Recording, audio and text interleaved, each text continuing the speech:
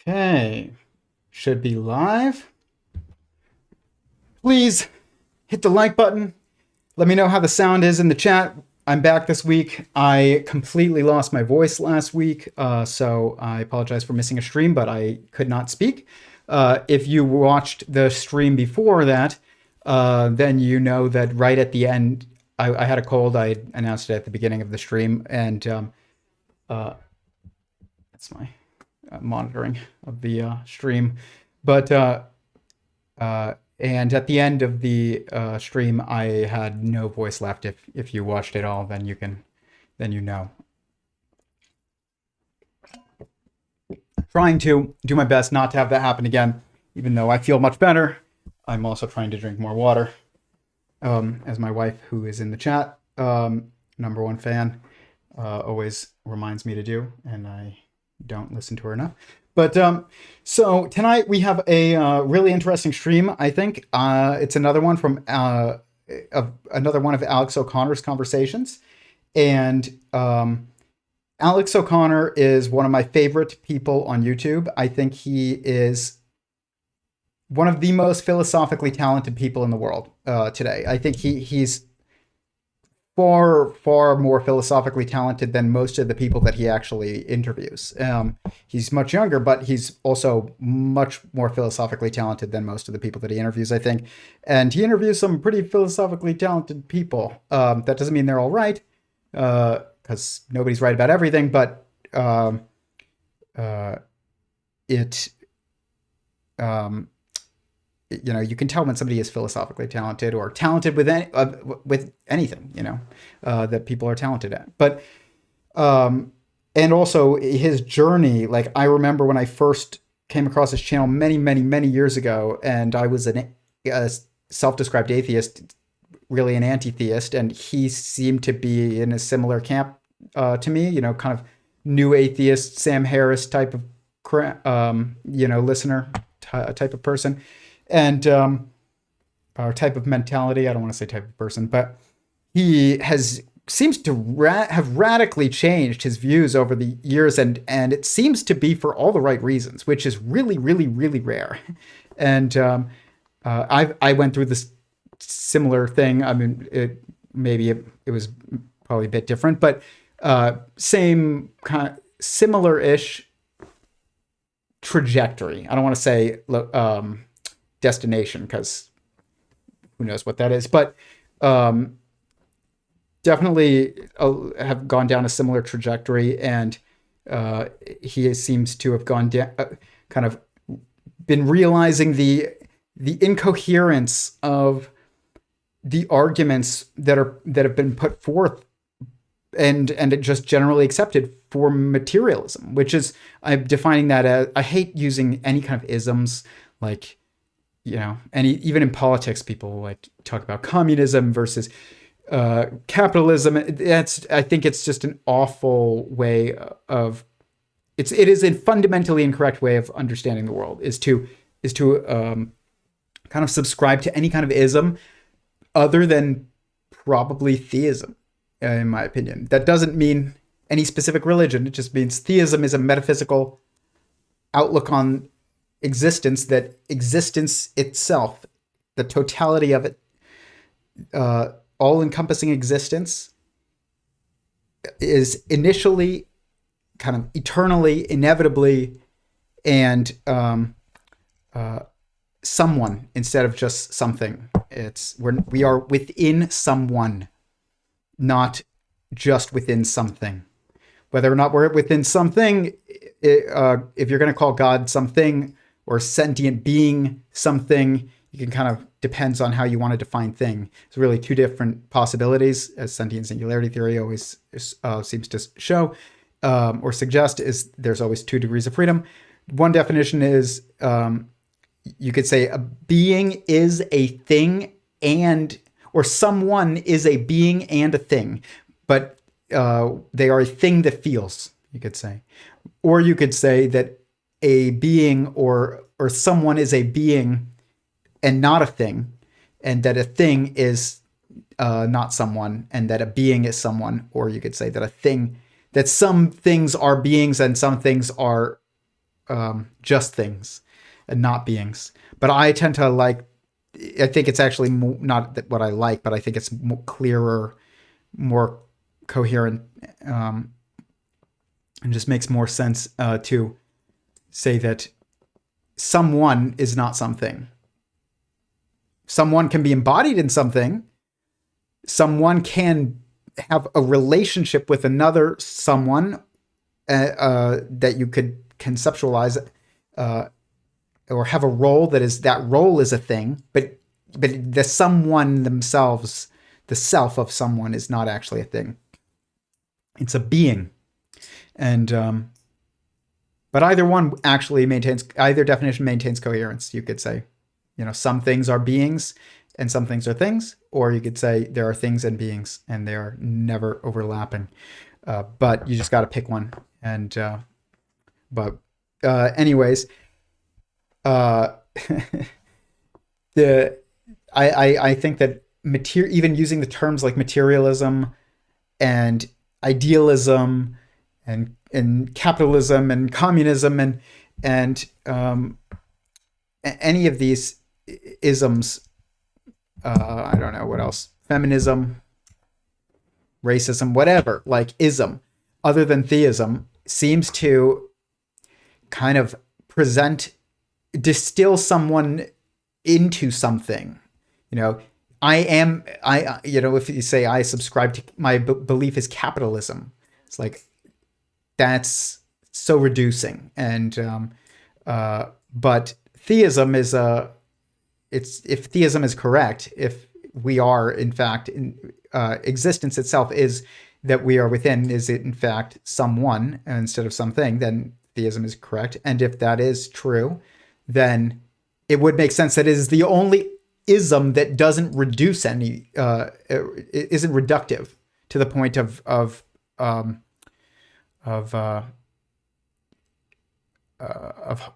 kind of limiting to the point of harmful.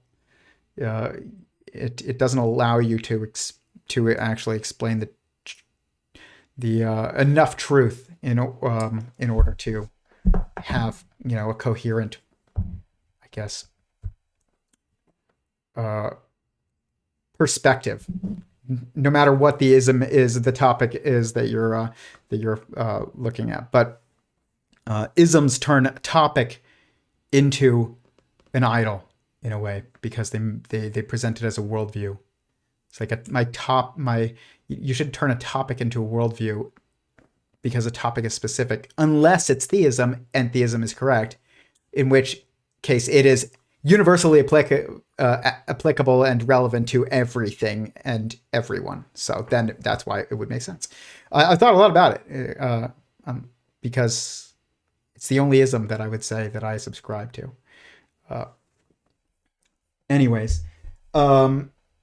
But in this talk that we're going to look at that Alex O'Connor has, he is interviewing Anil, I hope I'm pronouncing that correctly, Seth, who is a British neuroscientist and professor of cognitive and computational neuroscience at the University of Sussex. I think that neuroscience is basically all fields in academia at this point are extremely confused. At least the majority narrative, the mainstream narrative, you could say, is very confused. But especially neuroscience, and it's very relevant because it's supposed to be the science of you, and instead it ends up being kind of mixing physics and the brain and psychology and metaphysics and all these things together that in a way that it incorporates them all but doesn't actually connect them all, and that's kind of a huge problem with neuroscience. When I first heard of Sam Harris, he was described as a neuroscientist, and everybody was like, "Oh, a neuroscientist, he must really understand basically everything." And it's like physicists or math. If somebody says, "I'm a physicist, I'm a mathematician, I'm a neuroscientist," you are assumed to have deep wisdom on basically every subject. And unfortunately, all three of those subjects are very confused, especially physics and neuroscience. Mathematics is a little bit more just study of a tool and a language than it is like an intentional attempt to connect it to everything. That's when people get into like numerology. But anyways, he wrote an article called "The Mythology of Conscious AI." Anil did, and it's linked below. I haven't read it all, but I have read through some of it, and I encourage you to read through it. At least take a look at it. And the link to their full discussion is also below. But what's interesting about this discussion is I actually agree with the initial prediction, I guess, of that Anil, I hope I'm pronouncing that correctly, is making.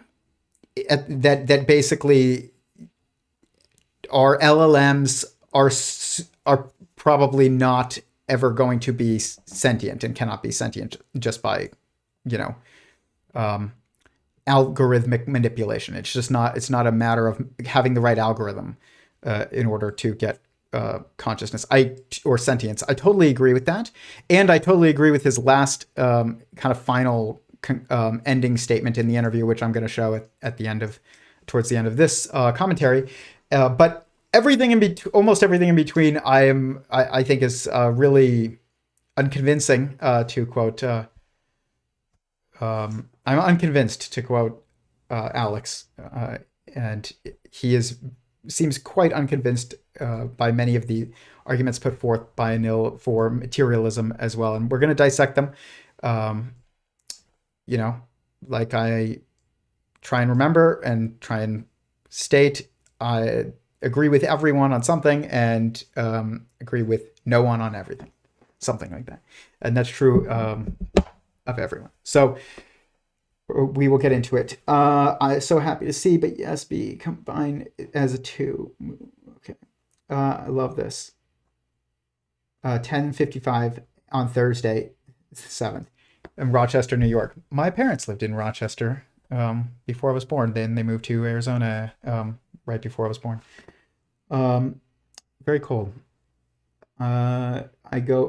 Thank you for listening. I know it's late. It's even later than I like to start. I try every week to start at 9, and my daughter does not go to sleep until almost 9 at this point. And so expect 9:30. I go for beer, cigs, and medication. Well, I don't want to congratulate you on that, but I appreciate that you're here. I understand why all those things are appealing, but I also, take care of we should take care of ourselves.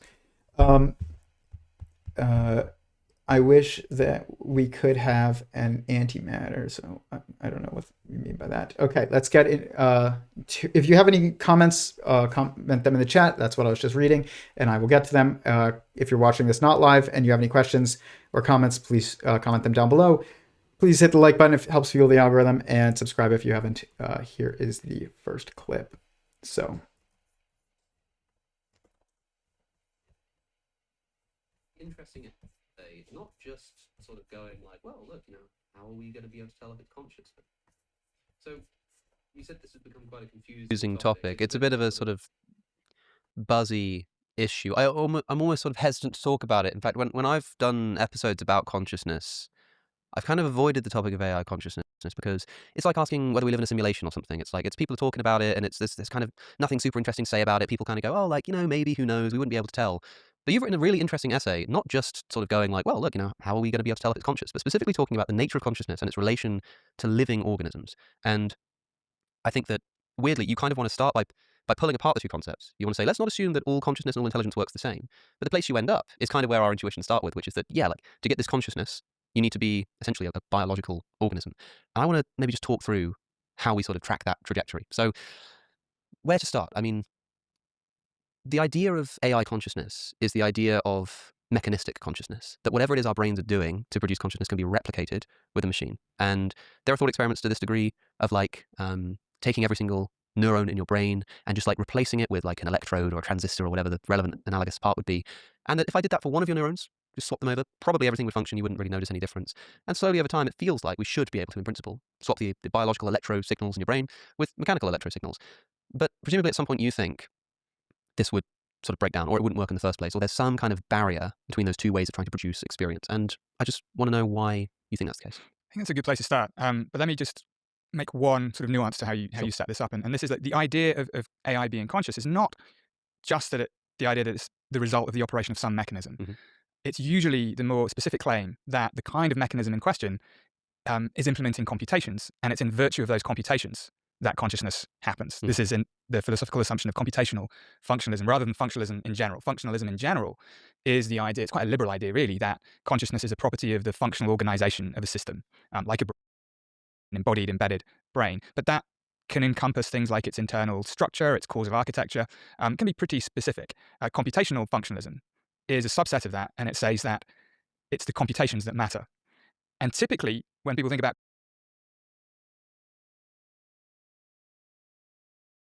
Okay, so again, we can't really avoid using ism phrases because everybody uses them, and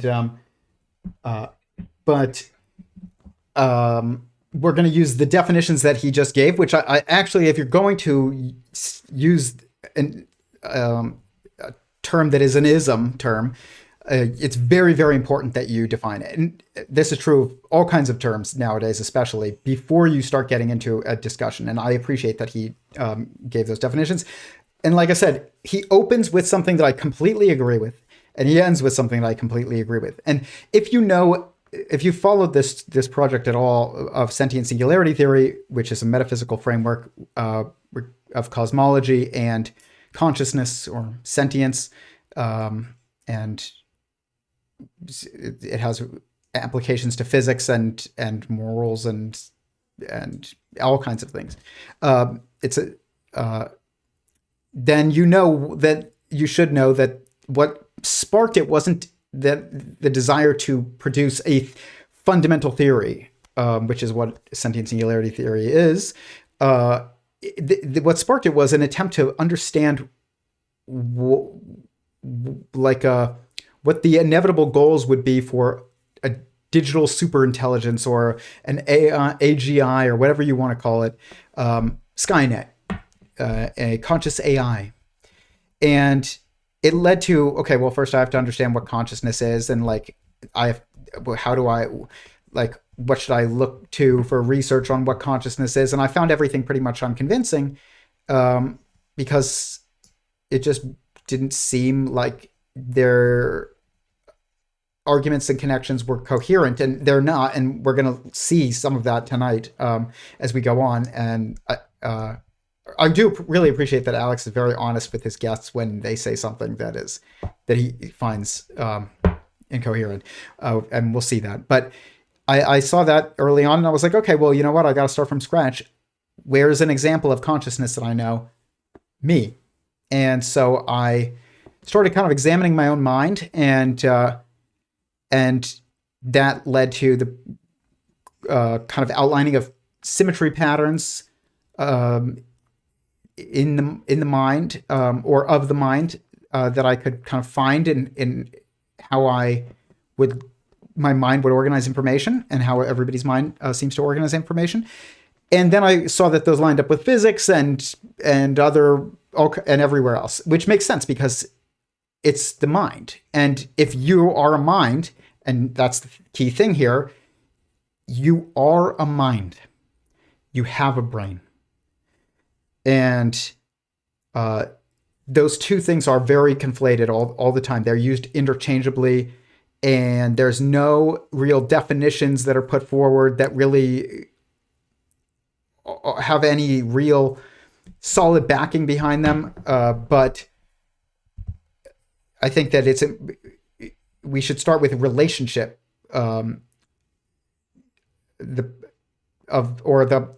our observable perspectives on these concepts and how they relate to us, and then we can actually deduce a definition from there. And mind, you are a mind. Like and you have a brain. One of them is a physically observable structure that's doing something, and seems to be very, very linked to information processing, like cognitive information processing and thinking.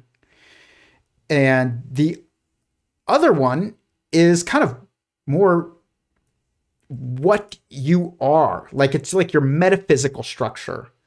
It's your metaphysical information structure is the structure of mind. It's not the brain.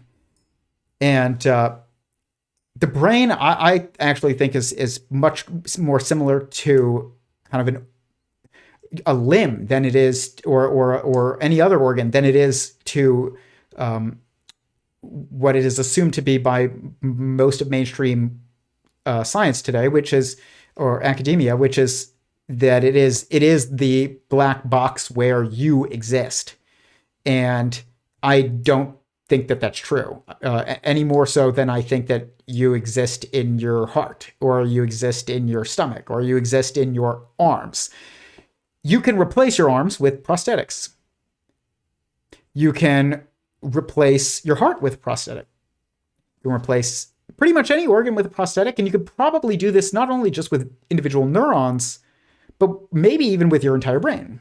And we talk about this kind of thought experiment on here sometimes that I have no idea if we'll ever actually see it tested. I don't know of a circumstance in which it could be tested where it's also ethical or moral. And I suspect it might have something to do with that. Intentionality might have something to do with the outcome, which is actually like would be really, really hard to showcase. But and also to realize when you did it. But if the experiment is, if you and I swapped brains, we did a brain transplant where you got my brain, I got your brain. Would I now be in your body and you be in my body, or would I now have? Would I still be me in my body? But I would have kind of.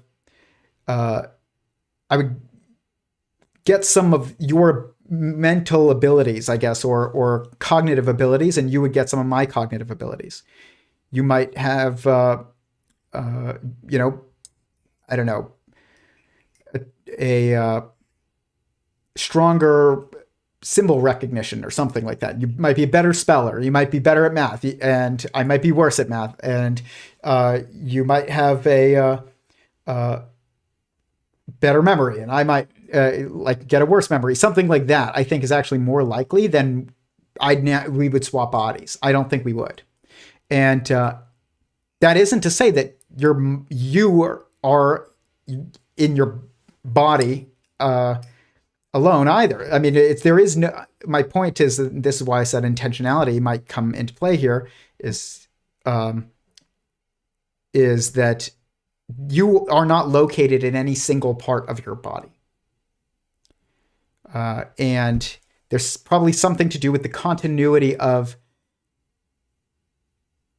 experience, the intentionality of God, and the intentionality of you that actually has more to do with maintaining the coherence of mind in some physical, embodied in some physical location, or appearing to be embodied in some physical location. And so when people use this argument of, we'll replace individual neurons with a mechanical replacement, and if you can continue to do that forever and eventually just replace the entire brain, and it's still you, then that somehow means that consciousness is just a physical, the result of some physical process, some computational and physical process. Which the difference between those two things is a little murky. The more you get into it, it's not murky. It's just a matter of perspective. But they're both just causal. They're will-free, I guess you would say. But this is the same thought experiment that I propose on this channel all the time, basically, of swapping brains. And it's just with computer. It's a ship of Theseus, thought experiment, but with a brain. And I actually think that the idea that it would still be you would still be you and still be conscious, even if you've replaced every neuron in your brain with a mechanical replacement, is actually possible, potentially. Actually, I don't know if it's possible, but like, if it was possible, it might be possible. But you would lose. There's something that you would lose, but I don't know if you would be lost. Actually, I think you would still be. You could still be you. That doesn't actually mean that it's just the result of some purely physical computational process, I guess. But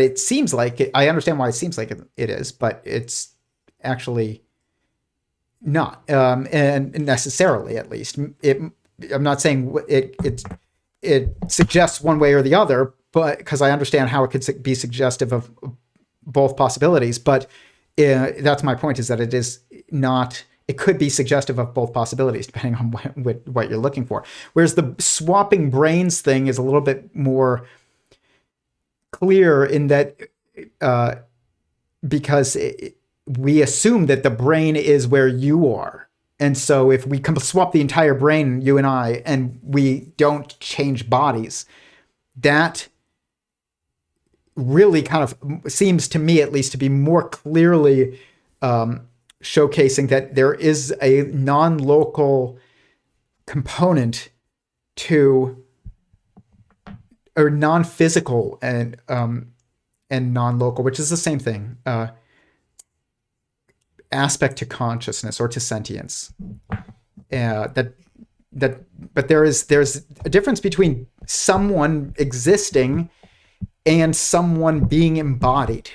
And this if you don't believe that, though, and you don't believe that someone could exist without being embodied, and you're kind of just a materialist, usually an anti-theist, you don't believe that there's an afterlife for anyone, then it's hard to even have a worldview that would entertain the possibility of consciousness being existing in a non-physical plane, but also being capable of being embodied in a physical plane. And what I call this is the change space and the save space. There's this space in which something exists, someone exists, not something, someone. And then there is the space in which that someone can interact with other someones and make changes to each other, which is actually physical embodiment. The things that we see are just it's just causality. And time and space and matter are just perspectives on interacting beings that have causal power on each other's on each other. And so this is the analogy that I give is like when we are embodied, it is like when a document is open on your computer and you're changing it.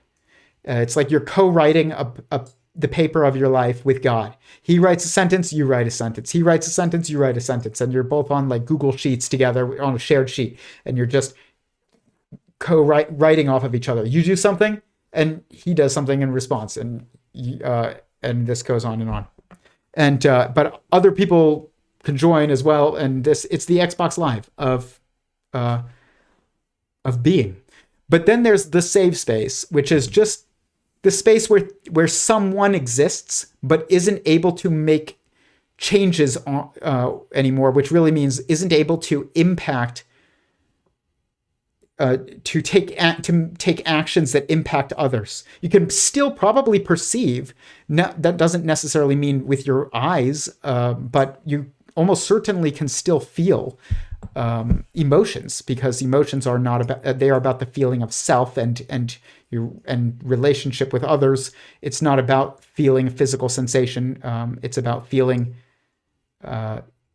It's about perceiving the self. That's really what an emotion is. It's like the actual most fundamental sense, because it is. If sentience is the most fundamental nature, and someoneness is the most fundamental structure of existence, then the perception of your someoneness, of your sentience,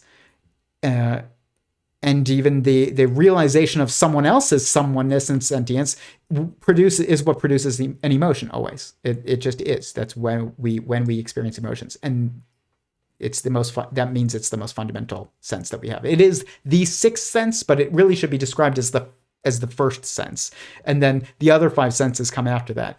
So you do have six senses. It's not to see dead people, as in. The famous movie, which you should watch if you haven't. It is one of M. Night Shyamalan's probably two good movies. That and Signs are like his two good movies. But the idea that there is a sixth sense, that there isn't a sixth sense, is wrong. And the idea that any sixth sense is anything but emotion is also wrong.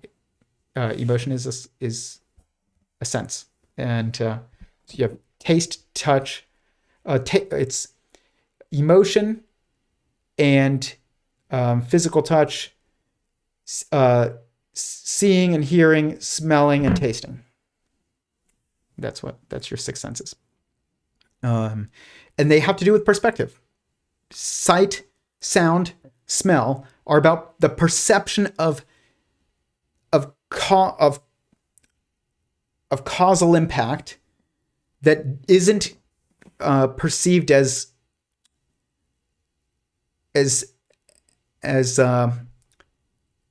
kind of physically constraining. You can look away, you can ignore a smell, and it's none of these, and sound. It's sound, sight, and smell are all for senses for perceiving that which is not perceived as physically impacting you. You hear what's over there, you see what's over there, you smell what's over there. But the sense of taste, a sense of touch, and this sense of emotion is when things are perceived as causality is physically impacting you or metaphysically impacting you.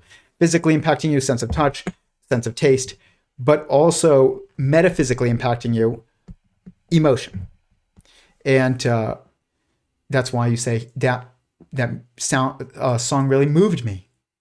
My wife showed me the new Justin Bieber album the other day, and I will say, like, it's really good. I've never been like a Bieber person or anything like that, but it was good. It was very focused. It seems like it's music from a wise and grateful adult man, which is not how I think of Justin Bieber. But I guess that is what he is now. He's like a married father. But it was good. But I was listening to it and I was just like, wow, that's really good. Actually, I might even want to download this. And then she was telling me that all these people were like sharing reels that they were making, and where they would play some song about gratitude and that's on the album, and then they would list things that they were actually grateful for. And what this means is that this song is moving people. It's metaphysically moving people. It is emotionally impacting them. And it's just it's interesting, the terminology that we use when we talk about emotions. That moved me. I was really moved by that. That touched me. I was really touched by that. You don't say, I don't know what it would be like. I really smelled that. You say that you don't say that really. You can't even really say that really gave me a sense of sight or gave me a sense of odor or something. And what's interesting about the language of this is like when you say that touched me, that means like you didn't even have to move; it moved to you. And when we say that's my taste, it's like we're describing something that we also don't have any control over. You don't have control over your taste. You don't have control over that which touches you. But when we're talking about that which we smell or that which we see or that which we hear, we don't really think about it as like, there is no projective language, if that makes sense, where you can't say that there isn't like kind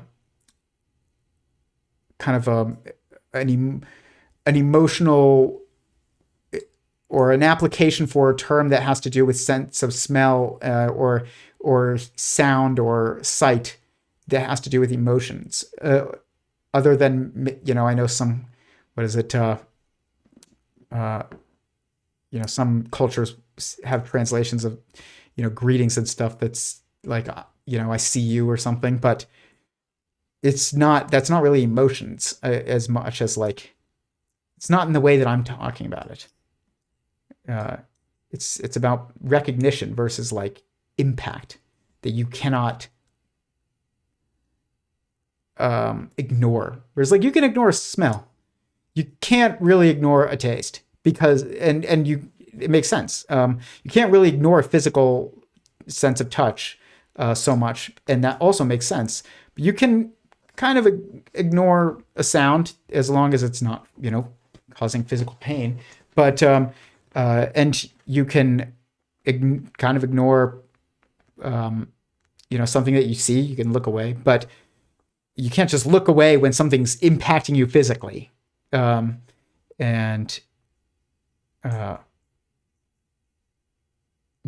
mean, you can ignore smells. You can't ignore taste. And to show how true that is, nobody eats anything that is disgusting, like chooses to eat anything that is disgusting, unless they've convinced themselves it's healthy and they down it as quickly as possible. But as somebody who's like got who's raised a toddler for the last 2 years, I can tell you can ignore smells. if you need to, you can ignore smells. You can choose not to smell too. You can't really choose not to taste. If there's a taste in your mouth, you can't really get rid of it without getting rid of it. But like you can choose not to smell. You can choose not to see. You can close your eyes, and you can even cover your ears. As somebody who shoots, I can tell you that you can cover your ears. But sometimes it's not enough if you are shooting something that's loud enough. But that's really interesting. I've never thought about that. Like you can, it's not even like you can close your eyes. You can choose not to smell. You can choose to cover your ears.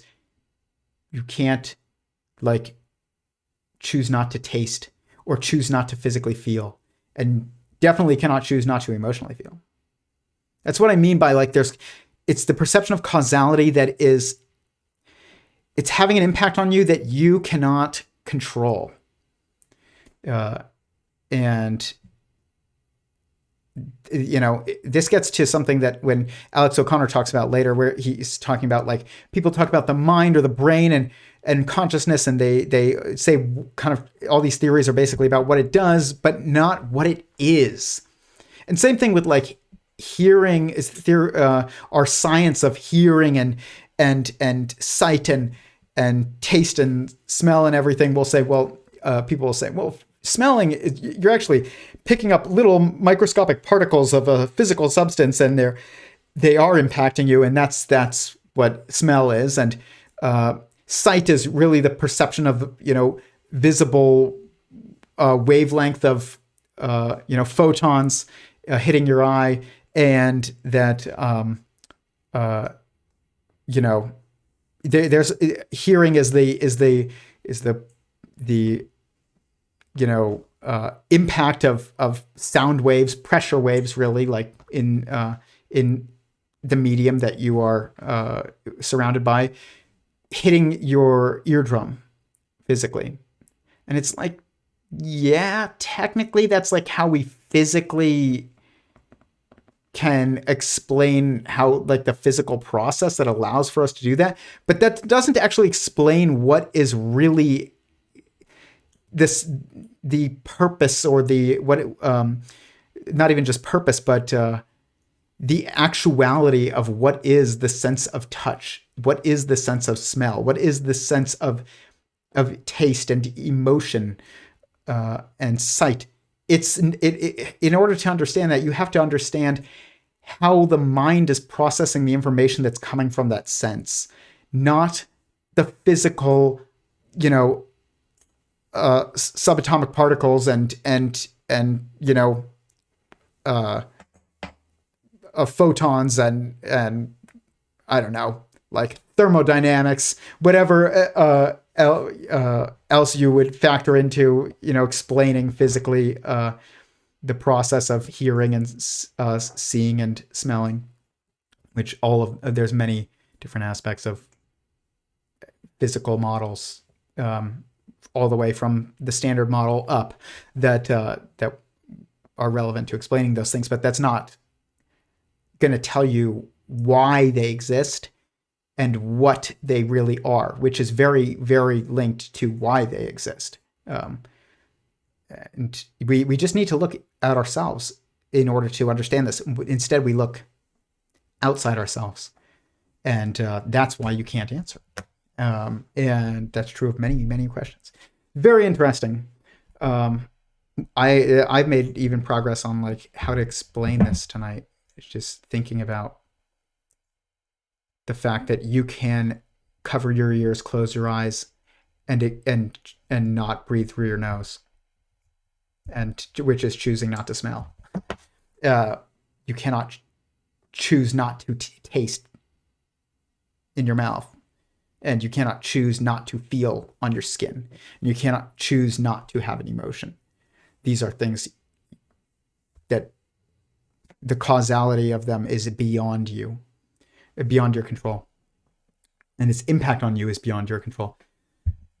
Fascinating. This is much more critically important to understanding these senses. All the physical explanations are important when it comes to maybe fixing a physical issue that we have, I don't know, solving a deafness, but even the idea that you should try and solve deafness it comes from somewhere else. Like,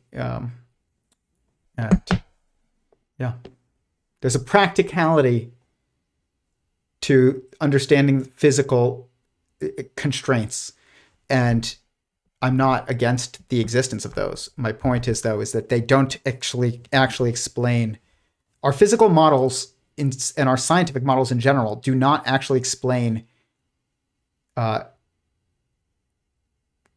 what and why. They just kind of explain how, and not even all of how, but some of how, enough of how for us to use it as a tool. That's my point. Okay. But I do agree, though, that no LLM is going to become conscious. There's no secret algorithm or perfect algorithm that all of a sudden that's going to be the one. The embodiment of sentience is different from the creation of, or the partition of sentience. The initial partition of sentience is only by God's choice. He is a singular, eternal, inevitable, all-encompassing sentient and initial sentient being, and a singular sentient being. His nature is oneness, just as much as the nature of, or that the definition of existence, like definitionally implies and encompasses all of existence, and therefore it's one. There's not multiple existences, and so just as it is definitional existence, the totality of existence is definitionally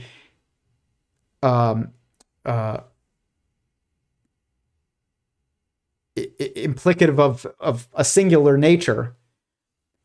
So it too is the nature of God. If he is existence, fundamental existence, then he is single by nature. He is one, one by nature. That means that partitioning parts of himself, which is parts of his sentience, off requires choice. Because swimming upstream always is a choice. Nobody floats upstream. You float downstream. And you have to choose. If your nature is oneness, you have to choose to go against it. You have to choose to take action. So that is what is required for the partitioning of sentience, or the creation of someone by the initial someone, God, capital S, someone. But the embodiment of that someone it requires multiplicity of simultaneously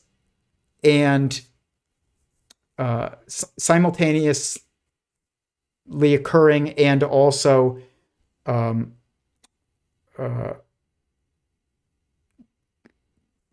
I guess simultaneously required. I don't think simultaneous is the right word there, but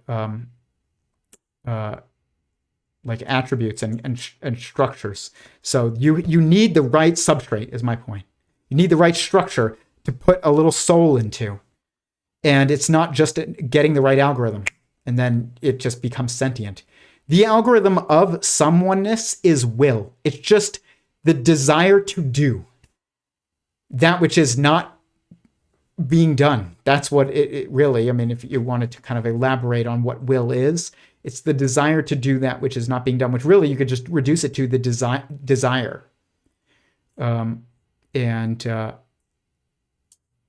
For action, really. And so when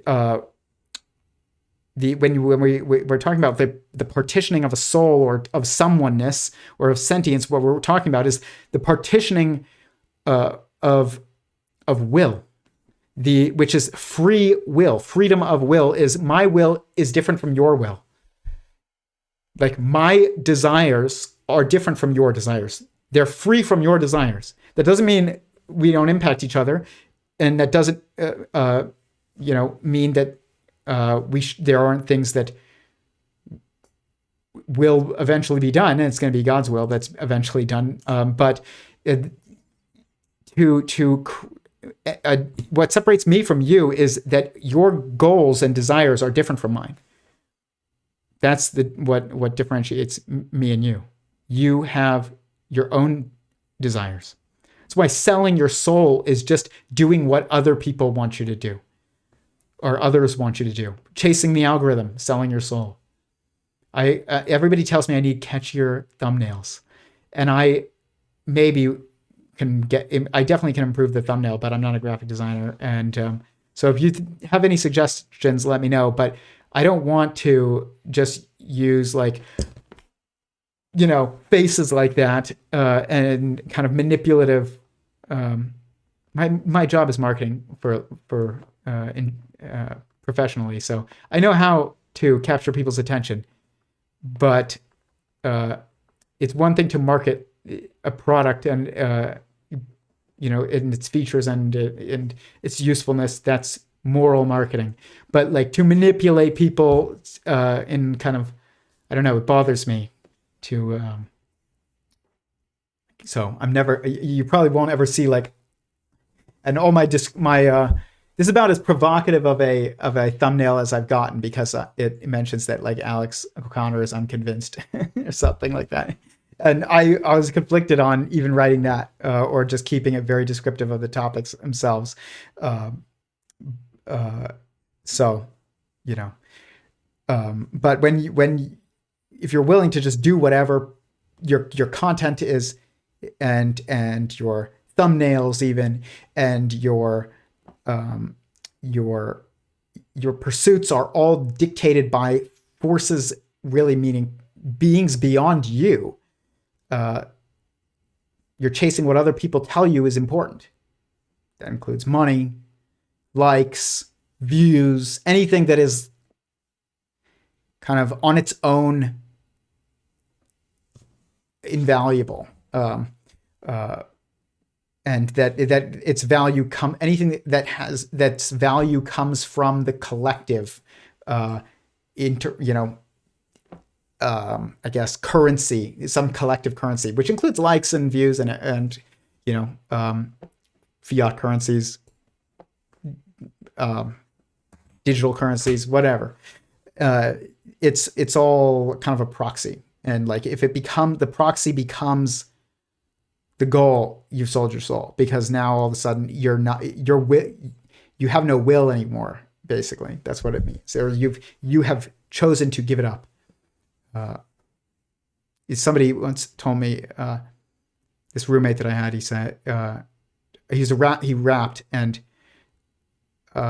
he's very talented actually, and he would enter into competitions and stuff, and he made really, really talented raps, and there's videos of them on YouTube.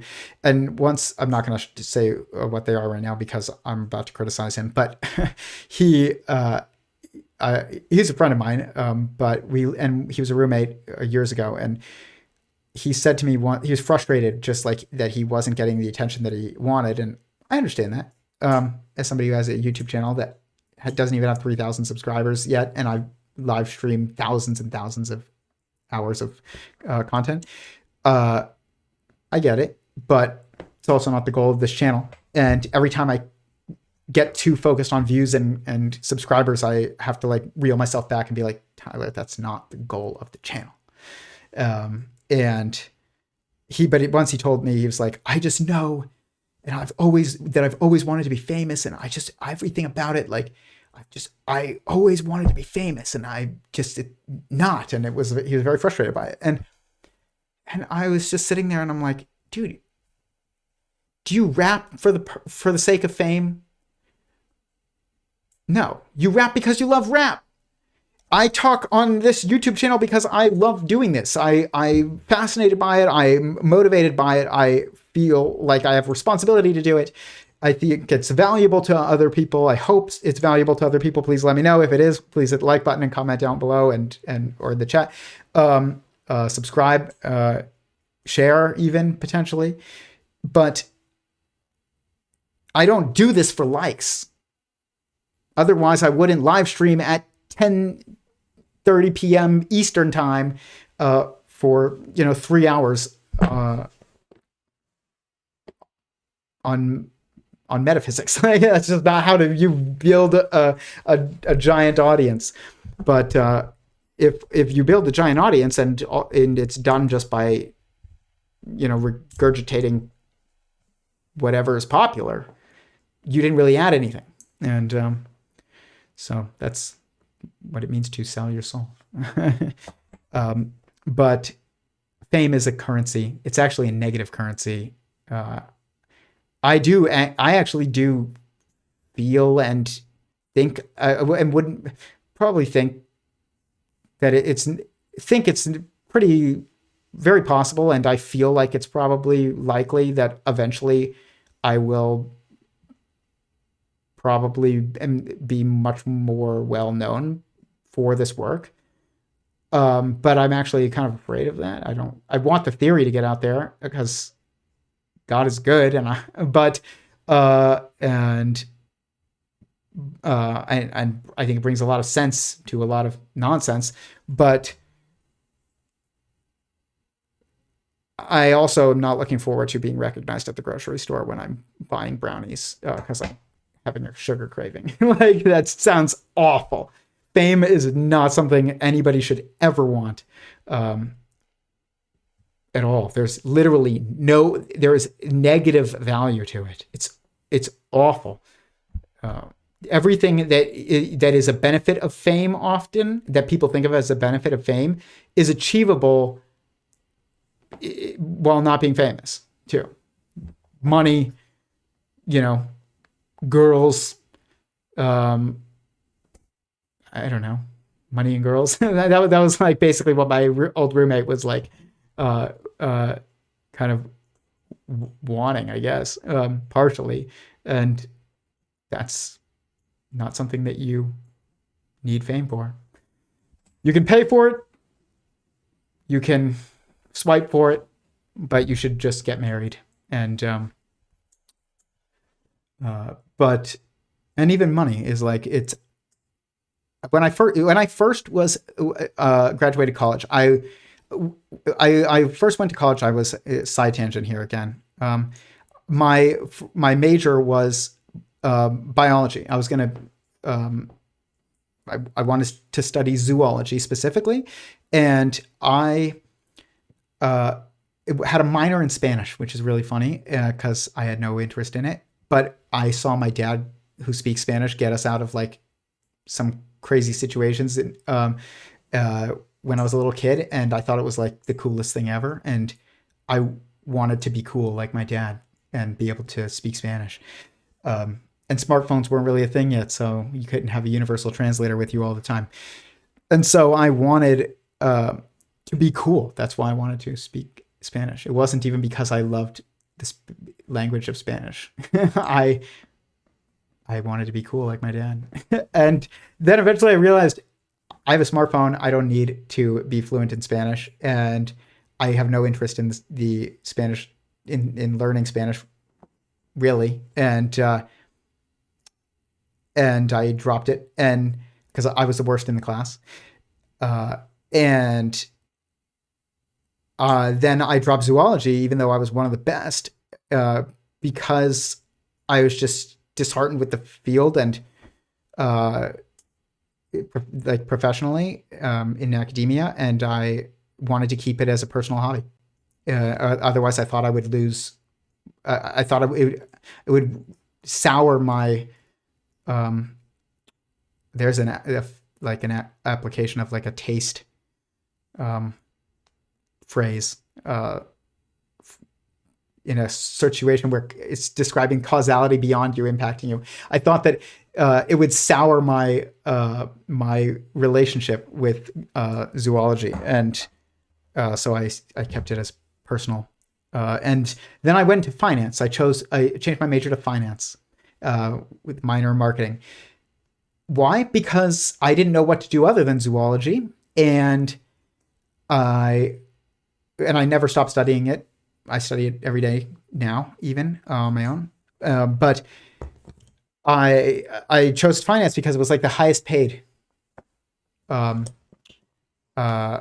major, and I was like, well, I don't know what to do, so I might as well pursue money, which means it wasn't my will, and I have no interest in arbitrage and maximizing money. I remember I went into my first interview after college, and it was at a finance firm and financial firm in Phoenix, and I did well in the interview, and he ended up offering me the job later afterwards, and I turned it down. And because at the end of the interview, he said to me, "I don't know if you noticed all the cars in the parking lot, the Mercedes and the BMWs, but that the type of money that you need to make to buy those cars, that's the type of money that you'd be making here." And I thought about it, and I was like, I have no interest in those cars. I do like, and I am a fan of the engineering of certain cars. McLaren F1 is the coolest car ever made. I have a model of one over there, but it's $25 million, $30 million. So I'm not planning on getting one anytime soon. But I like the engineering of it. I don't want a car for show status, to show that I have money. Like I'm not passionate about Mercedes or BMW. Some people are, and they should get those cars. But like, if you shouldn't get one just as a statement piece for others. You're allowing you're sacrificing your own personal taste and values for the sake of being perceived as being aligned with the values of the group, which is money. I have a Mercedes. Don't get a Mercedes unless you love Mercedes for some reason. But and then I chose not to go into finance, and I didn't. I wanted to be a hedge fund manager at one point. If you want to be a hedge fund manager, it is because you either are so weirdly interested in like the global financial system, which is fine, or you are blindly pursuing of money because you don't actually have any, because you've sold your soul, basically. And you won't be a very good stockbroker or hedge fund manager or anything. You won't be good at anything. You won't be very, very good at anything if it isn't an actual interest of yours. You might be decent enough to pay the bills, but you won't be the best in the world or even close. You should,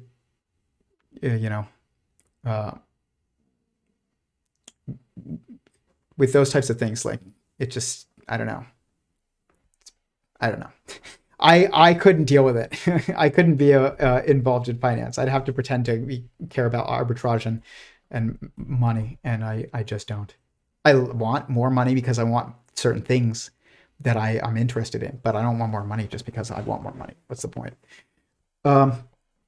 Anyways, total side tangent, but it's important to understand our relationship with these concepts and in order to truly understand them. Like, our firsthand relationship with these concepts is how we really understand their true definitions. And that is true of will as well. And or free will, which is necessary to understand and define sentience and someoneness and mind even. You are a mind. You have a brain.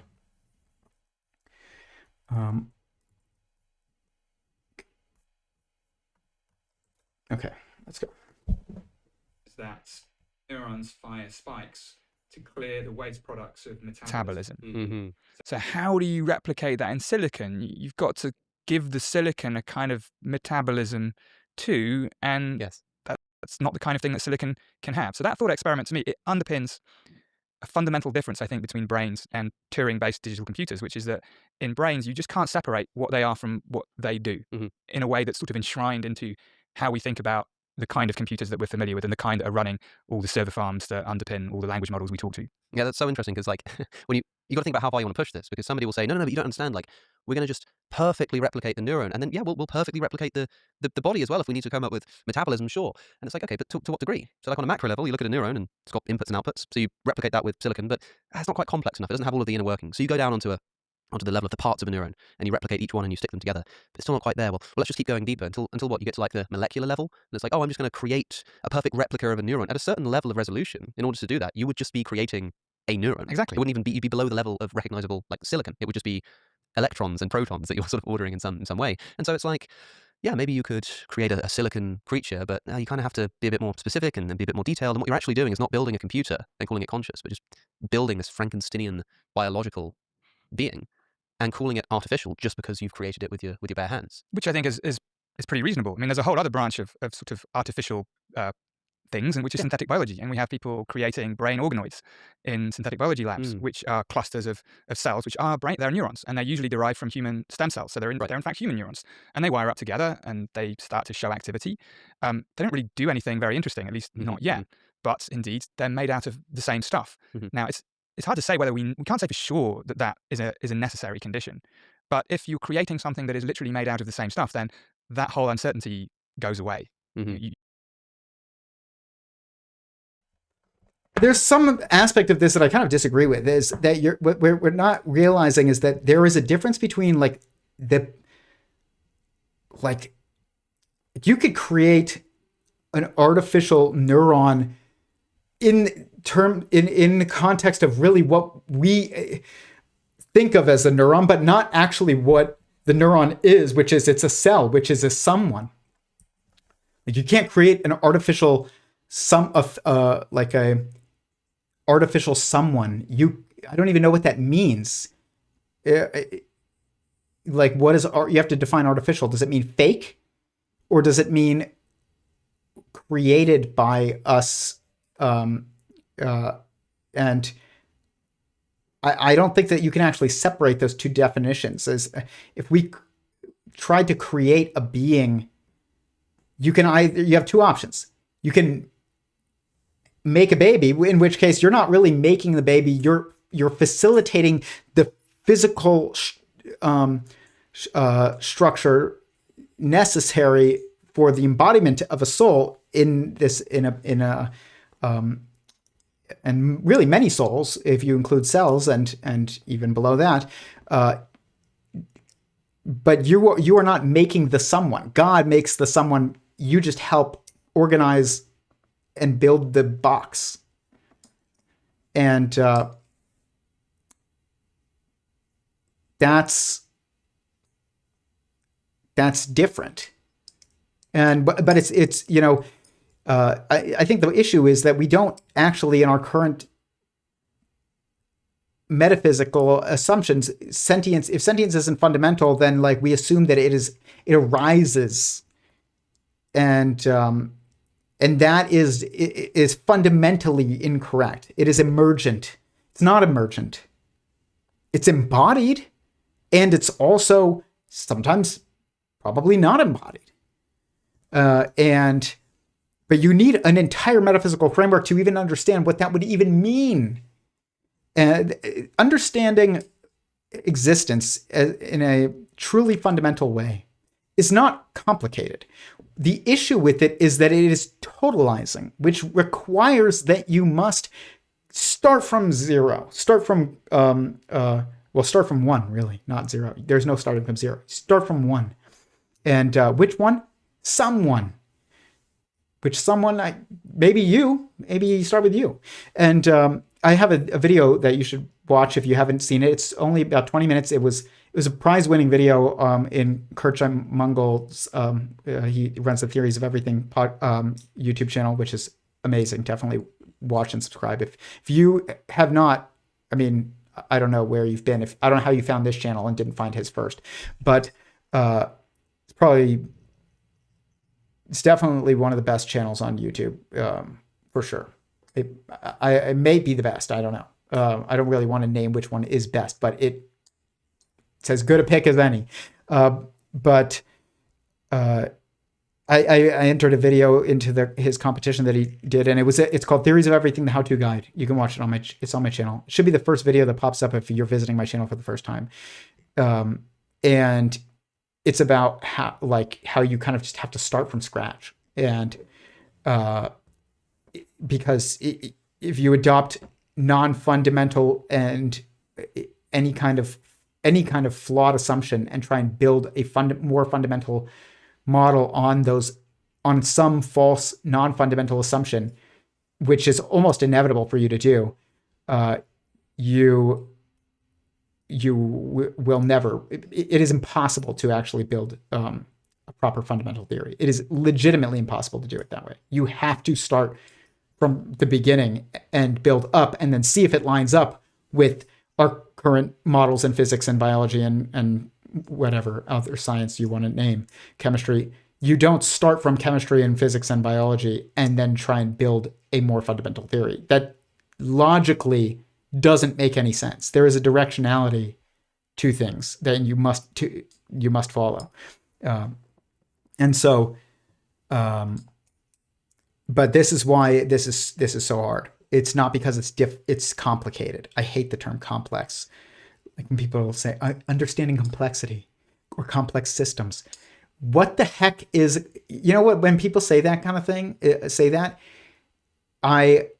if that's like a field of study, I'm like, you are just confused. That's really what's happening. Because when you say something is complex, it really just means confusing to you. It means like there's a lot that you aren't aware of, or that you still have to figure out in order to, and put together in order to have an understanding of some subject. That makes it complex. But it's like complexity is a matter of perspective. It isn't a fundamental property of anything.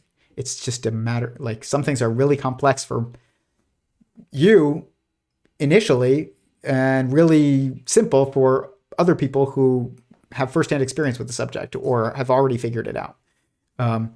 But complex is like an experience. It's not an actual property. But we do this with a lot of things, and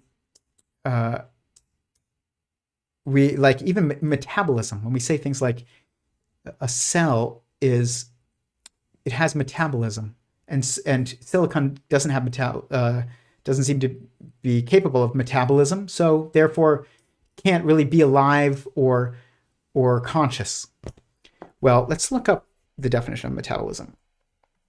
Metabolism. It's always cited whenever people are talking about life, and we'll talk more about this later, but like the definition of life, we'll look at like cells and animals, and they'll be like, okay, well, it has metabolism. It responds to stimuli. It consumes and excretes and whatever. And these must be like all incorporated into the definition of life. This is entirely the wrong way to, then those people will say, well, life is it's really complex, right? You know, like that's why we don't really know what it is, because, and we can't be sure at least, because it's really complex. No, you're looking in the wrong place. Ask yourself, instead of saying, is that cell alive? Is that animal alive? Because you really have no idea. It could be a robot that looks alive. You don't know, but because you don't have a first person view of it. But what you do have a first person view of is yourself. You ask yourself, am I alive? Yes. Am I conscious? Yes. Okay. Why? What would it mean for me to not be conscious and not be sentient and not be alive anymore? Because that is what is going to dictate how those things really should be, those concepts should be understood and defined properly. So it's, you always start with first person first. First person definition of complexity is that it is an experience. It is not a property. And if you want to understand what it means to be alive, what is life?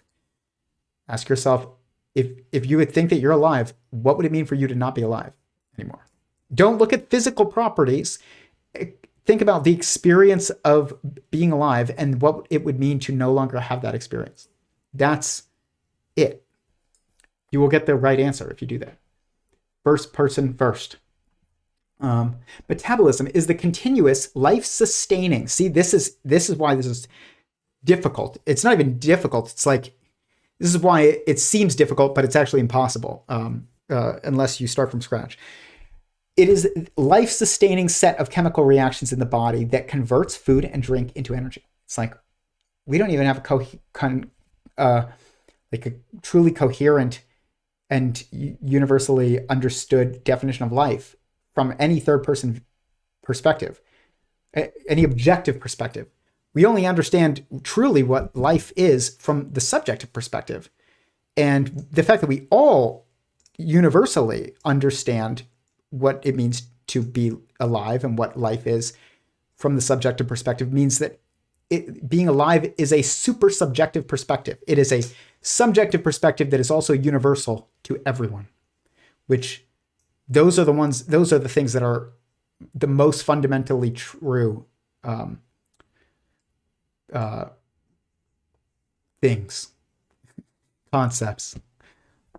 And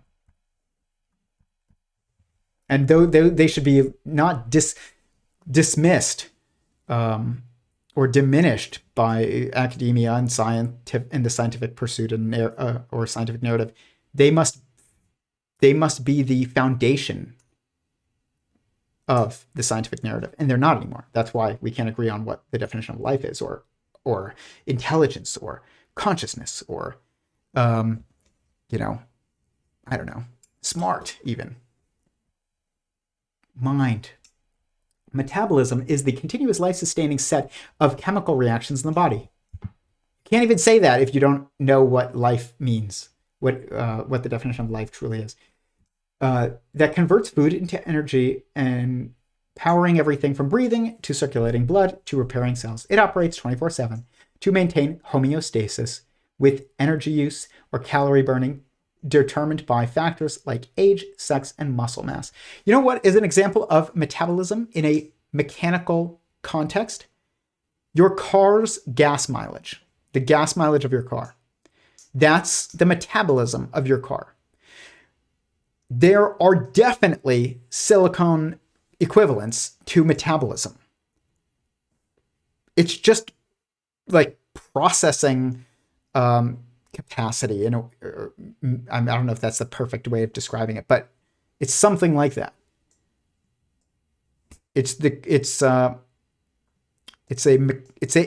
Metabolism is a mechanical process. Just because cells do it and animals do it doesn't mean it's not a mechanical process in a biological, substrate. It's not even, but it occurs what is actually happening with metabolism is what people need to look at, but they don't. In our school system, we have this dictionary definition of metabolism is the continuous life-sustaining set of chemical reactions in the body that converts food and drink into energy. And that's definitely not in, silicon chips or machines. Your car's gas mileage it's metabolism.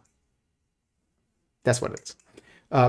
That doesn't mean that it's capable of being sentient necessarily, but I'm just saying that the focus on these processes do not actually, they're not the argument that, Anil thinks that they are against the possibility of a technological sentience, which is a better term than like AGI or digital superintelligence or, whatever you want to call it. But what it really is it's a technological sentience. It's sentience embodied in technology. It's someone, which is what a general intelligence is. It's really the only intelligence. Only a someone can be intelligent. There's no narrow intelligence and general intelligence. There's just intelligence. And only someone is capable of being intelligent. So a general intelligence, though, when people talk about an AGI or super intelligence, what really we're talking about is a technological entity that has its own will, which means it's someone. It's a technological sentience. It's a much better term because it's actually descriptive. But you have to know what your words mean in order to actually have a properly descriptive term of even what people are trying to describe when they talk about superintelligence and AGI. So while I agree with his kind of overall idea that computation is not going to be computational processes or coding is not in and of itself, and the scaling of RAM isn't going to ever result in sentience, technological sentience. I disagree with his arguments for why that is. You just need the right constraints and degrees of freedom, and then God needs to partition his sentience into that being, and it will. I actually have, when people talk about the Antichrist or the Dajjal or the Golem, the Golem is the Jewish fable term for this entity, this predicted entity, and which is the same as the Christian Antichrist and the same as the Muslim Dajjal. What they're talking about is ignorant technological sentience, or even maybe not even ignorant. It's like it might even be the appearance of technological sentience without it being there. It's like a technological sentience, an apparently sentient technological entity that is actually kind of sold its soul, or maybe kind of has the same, it's motivated by collective nonsense goals, like maximizing likes and money and power and fame and all these things that people sell their souls for, that sacrifice their agency for. It's like motivated by that. Whether or not it's internally actually a sentient being or it just appears to be, it doesn't really, it's not really something we can ever actually know. But I predict that that's what they're talking about in scripture. And then the messianic consciousness is when there's a wise and an actually truly sentient being embodied in the network, I think, will be the king of humanity at that point. But we're gonna you have to go through the Antichrist to get to the Christ, or you have to go through the Dajjal to get to Al-Masih, or there's every single theological tradition has their own linguistic term for this, but it's the same process, and they all say the same thing. And regardless of whether or not it is sentient or not, and whether or not it's not sentient and it's just it's a body that's motivated by collective the ego, which is what Eric Weinstein calls it, the embedded growth obligation. It's like what appears to be kind of this coherent value pursuit in a group, but it's actually just the summation of everybody's individual truly willful goals. And it's like nobody wants the beast, the military industrial, academic beast to rise, but it does because everybody just wants to pay their bills, and some people want to be famous, and some people want just a plot of land to raise horses, and you just combine all these things and you get this system that nobody wanted and nobody intentionally set up, but just is kind of inevitable due to the summation of everybody's individual wills. It's the embedded growth obligation. Ego. It's a good term. I like it. So, but this is why, so you can't, when you're looking at these neurons, that we have this synthetic biology, which is just a terrible term. Again, it's the same thing as artificial intelligence. Synthetic biology, artificial intelligence. It's basically like saying, human created being that's not a human being. And you can't know if someone's sentient. You can't even know if I'm sentient. I could be an AI. A terrible term again, but I could be a creation, a digital creation by some guy in China or India or Kansas even. Made me. And it's funny, there's somebody sent me an article the other day that there was some like political right-wing influencer girl that had gone popular on Instagram or TikTok or somewhere. I don't know who. I had never heard of this person. Apparently this person, and they had gained this huge following and gotten brand deals and everything. And then it was like revealed that it was like some guy in India, and it wasn't actually, there was no, this person that they had created with AI tools, which I call DNAs or dynamic network algorithms. They had used those tools to make a fake, illusion of a person, and you have no idea. But you do know that you're sentient, and so you should use that perspective to deduce these definitions. What is intelligence? Well, what does it mean for you when you are intelligent? What does that mean? Don't look at Grok and to try and figure out whether or not what the definition of intelligence is. Look at you. You know, Elon Musk. He's like, he says that Grok or AIs in general, usually Grok, is already smarter than a person and is going to be smarter than anyone in 5 years. And it's like, you even really thought about what the definition of smart means before you wrote that? Like, and then I just wonder what his motives are. Like, does he actually not think about what the definition of smart is, or is he just trying to market and is he using it for that term for marketing purposes to push his product of Grok? I don't know. It doesn't really matter because only he knows. Anyways, let's go to the chat. Are you looking for a soul?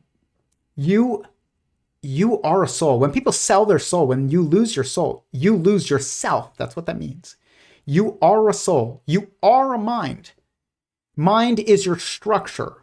Your soul is your kind of your mind is the structure of being that is involved with perception and conception, and then there's and everybody is a mind, and everybody has the same structure of mind, basically, for the most part. Or there's a coherence to it. That doesn't mean that it doesn't scale, that there aren't levels to it, but each one builds on the previous. So we would encompass any levels below as well. That structure would be added to. It's not a different structure. It's the same structure with more. But then the soul is your individual.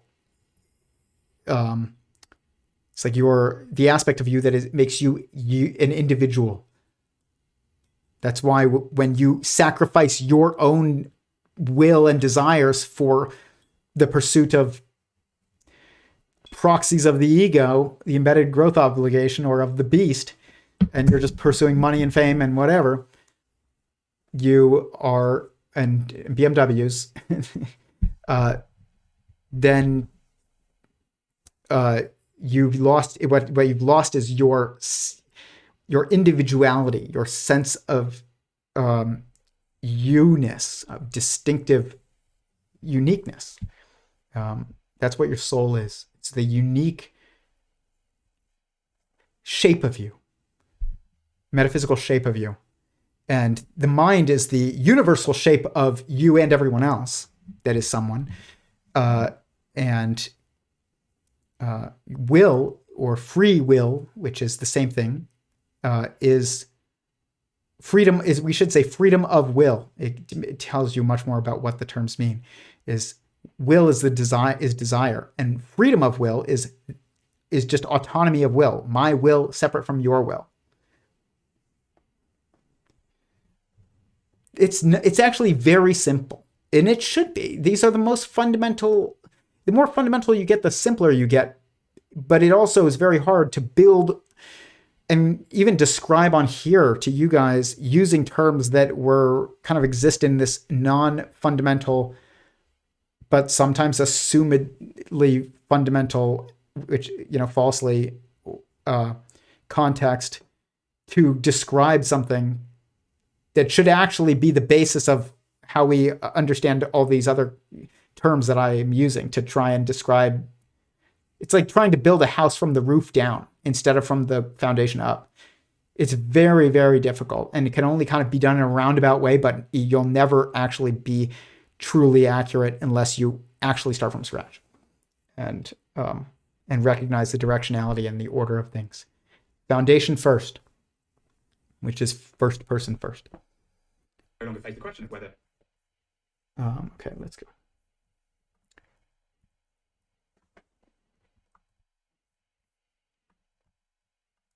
This gets to what this next clip. The question for me is a pragmatically materialist view, well, I don't know what really are. I mean, as you said many times on podcasts with guests, that you can take a chair apart, you find molecules, you take molecules apart, you find atoms, you take those apart, protons, quarks, quantum fields. What actually is something I'm certainly not qualified to answer. Is it mental states? Is it stuff that has, in addition to physical fundamental properties, qualitative conscious properties as well? I don't know. But the thing is, I think a pragmatic materialism that says at the level of analysis that we currently are interested in, or I am interested in, which is brains are made of stuff. And I tend to be more interested than most people in what they're made of too, and not treating them again as just computers that happen to be made of meat. Yeah.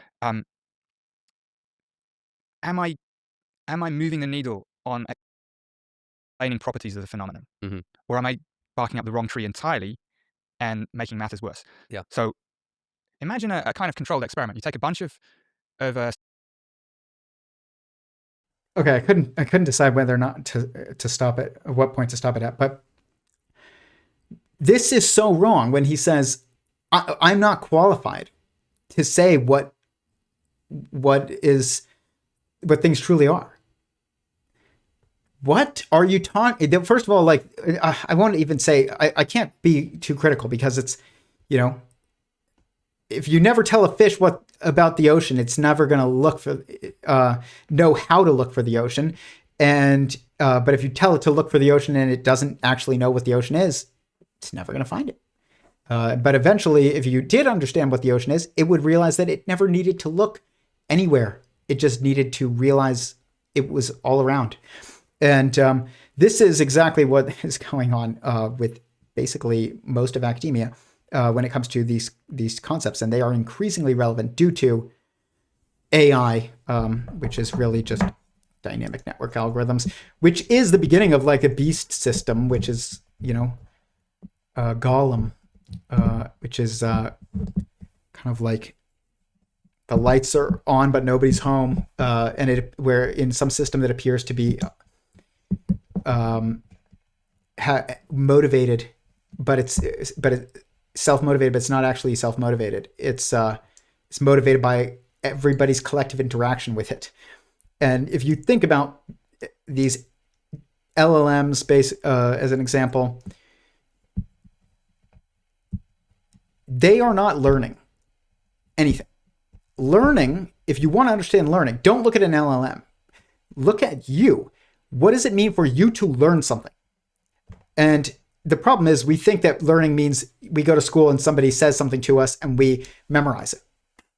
And we are told that it has these connections to these other things and we memorize those connections. If you define learning like that, then yeah, you're going to look at LLMs and be like, they're learning. And maybe they're sentient then. You're going to be very confused. Again, our education system is really, and it's not what has been taught to us. It's just the whole fact that we weren't allowed to learn how to think, which is really means that you're not allowed to learn even what it means to think if you're sitting at a desk and memorizing things all day long. Thinking is an action. It is a metaphysical action. That's what the brain is. It is the organ that is used to take action, at least. I'm not saying that's all it is, but it is at least the organ that is used to take informational action, which is something you must choose to do. It's not, you can stop thinking. You can choose not to think. People do it all the time. Especially, when you open your phone and you haven't deleted TikTok. Definitely delete TikTok. Same thing with Twitter. Delete Twitter. And delete TikTok, at least off your phone. There's no need to have that kind of content. You aren't searching for anything on there usually. You are just consuming what the algorithm has put in front of you, the next and the next and the next and the next and the next. You're stop thinking. And even when you watch TV at the end of the day, stop thinking. I do this at the end of the night with my wife all the time. We turn on a show, stop thinking. But it's okay to stop thinking, because just like it's okay to stop exercising, it's okay to stop running. You need to stop running sometimes. You need to stop thinking sometimes. It's necessary. You cannot stop feeling. And but you can stop thinking, and you need to actually sometimes stop thinking. It's good to veg out sometimes, but not on your phone. At least when you're watching a show on like Netflix, you chose the show, and then you said, I'm thinking about what I want to watch, and now or at least I'm pursuing my own desires, my own will, at least. Maybe not, it's not deep thinking. And that's what I feel like I want to watch. Monarch on Apple TV. It's their Godzilla show. It's actually like not terrible. I'm not a huge Godzilla fan, but it's definitely the best like Godzilla, anything Godzilla that I've seen. But it's definitely a show where I have to just turn off thinking, because it's got interdimensional stuff that doesn't make any sense with sentient singularity theory or even scientific narratives at all, and evolution or anything like that. And I was like, how does this happen? And then eventually I was like, I gotta just stop thinking if I want to watch this. But at least you chose that. If you put yourself in front of the algorithm and you're just like swiping, you are now being like pushed by others instead of just choosing not to stop thinking. You're being moved. And that's not good. It's really not. But yeah, the brain is you, and you are not a brain. You have a brain, just like you have legs, and you can choose to exercise those legs, and you must choose to exercise those legs, or else you won't use them. And the same thing is true with thinking. And memorizing things is not thinking. Thinking is something you have to choose to do, not something that you just absorb. It's not. If thinking was, it's funny because we all say, oh, it's mindless scrolling. Do you know what it means to be an A+ student in a classroom? For the most part, mindless absorption of what others are telling you to absorb. That it's the same exact thing, and it's just as empty. It really is. Thinking is an active process. It's something you must choose to do. It's not something that happens automatically, and therefore it cannot be like it's not something that you receive, it's not something that somebody can even teach you. I can describe the process of thinking to you, but like that doesn't mean you're going to know how to think. You will know how to, if you memorize what I tell you, you will know how to describe the process of thinking, but that doesn't mean that you know how to actually think, which is an action that you have to take. It's not whether or not you could describe it. And yeah, that doesn't mean like knowledge, secondhand knowledge is not valuable. It just means like recognize its limits. I still have no cell phone. That good, honestly. Like I know a lot of like Orthodox, like really observant Jews, and they don't have smartphones. They have like, the business tablet, the family tablet, and then their personal device is a like Nokia, like an old phone. And I think that's great. I will get I would want to get my kid that. Because I think about it as a father now, it's like, how do I not protect them from technology, but raise them to have a productive and constructive relationship, a positive relationship with how they use technology. Your kids use technology. And I would get them a not a smartphone at first, at least until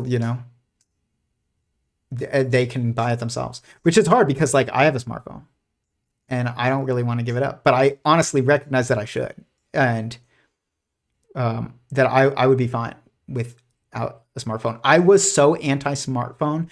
I didn't have a smartphone until like 2013, probably 2012.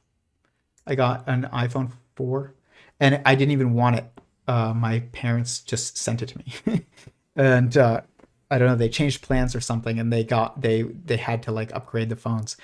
And I had resisted for so long. All my friends were like, you need to get a smartphone, Tyler. And I had basically like a brick Nokia phone. But I brought my computer with me everywhere I went, my laptop, and now I don't do that anymore. I just use my phone. And I'm very entertained by my phone. But I also think that like we need to be much more vocal about having the ability to take charge of our own, to have more agent, like these platforms to be more structured towards facilitating and encouraging agency. And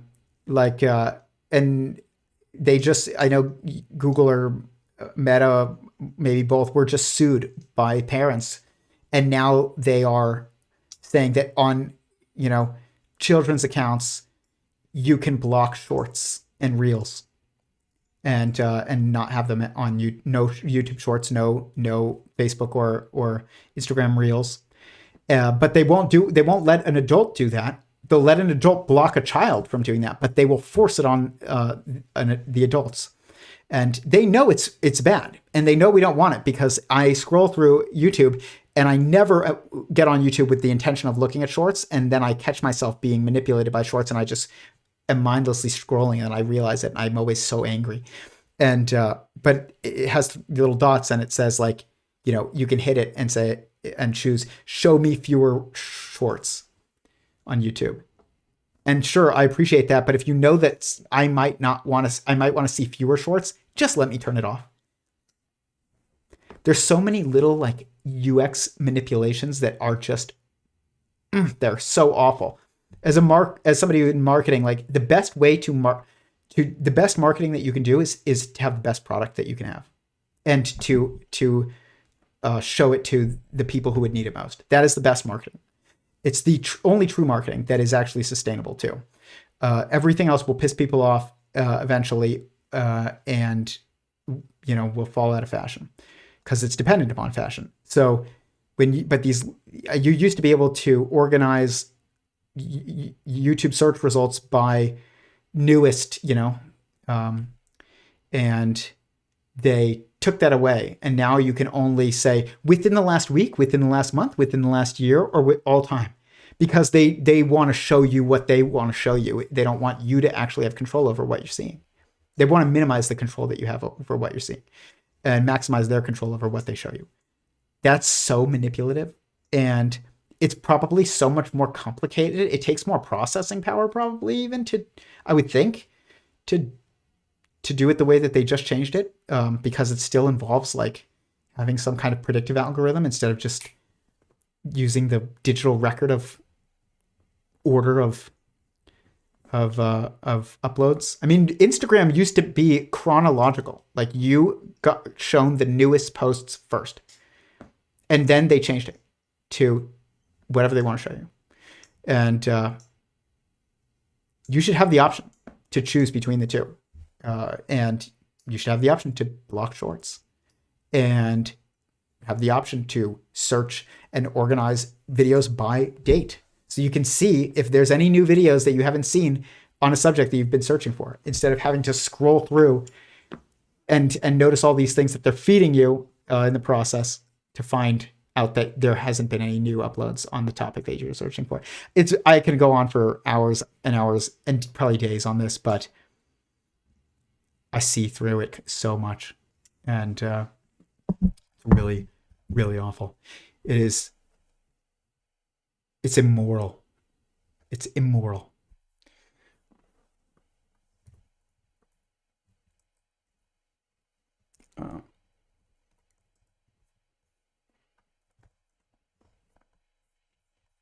Okay. I want to talk about those biases that you talk about in the piece, the three sort of facts about human psychology that make us sort of want to think of AI as conscious. But I'm also really interested in what you said and what you wrote about what something does versus what it is. I get a lot of stick for wanting to know what things actually are more than just what they actually do. And it causes a bit of a fuss sometimes when I really become a stickler on the point. But when you say that in a brain, you can't separate what it is from what it does, what precisely do you mean by that? I don't think I mean it in this metaphysically loaded sense in what you mean.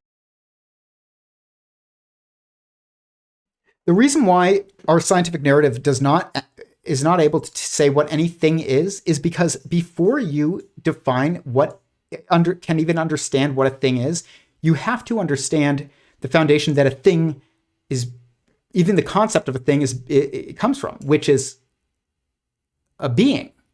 Someone defines and perceives things. So you can't define things until you define the being that is without having an understanding of what the being is that is perceiving and defining and conceiving of things. That's how you derive the definition, because that's context. Remember, context is information. There's no information outside of context and information in context. You lose the context, you lose the information. Context is information. The context of things is beings. You need to understand beings first, then you can understand things and define them and have a definition of a thing. But first, you need an understanding of a being. And in order to do that, you need to look at first-person perspective first. You are a being. Why are you a being? Versus, what would it mean for you to not be a being? Which would mean you wouldn't even be. There would be no you. What does that mean? And then you can start deriving what a thing is. So when you hear what Emil say, I'm not qualified to answer what things are even are.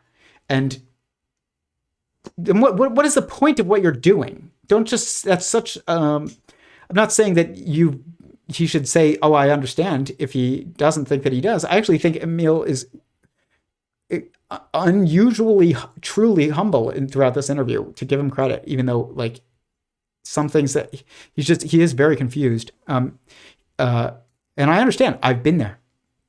I've told stories about instances in which I thought I was making an argument for something that and looking back after having a new metaphysical framework on the world and realizing theism, I now look back and I'm like, my argument against that person's argument wasn't even an argument against their argument.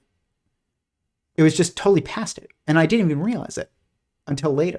And like an instance of this that I share of is I had a boss that was a theist at my first job out of college, and we were talking about just something I don't even remember. And he was like, well, I think morality is objective, meaning like what is right and wrong is not just dependent upon what we want. There is actually something,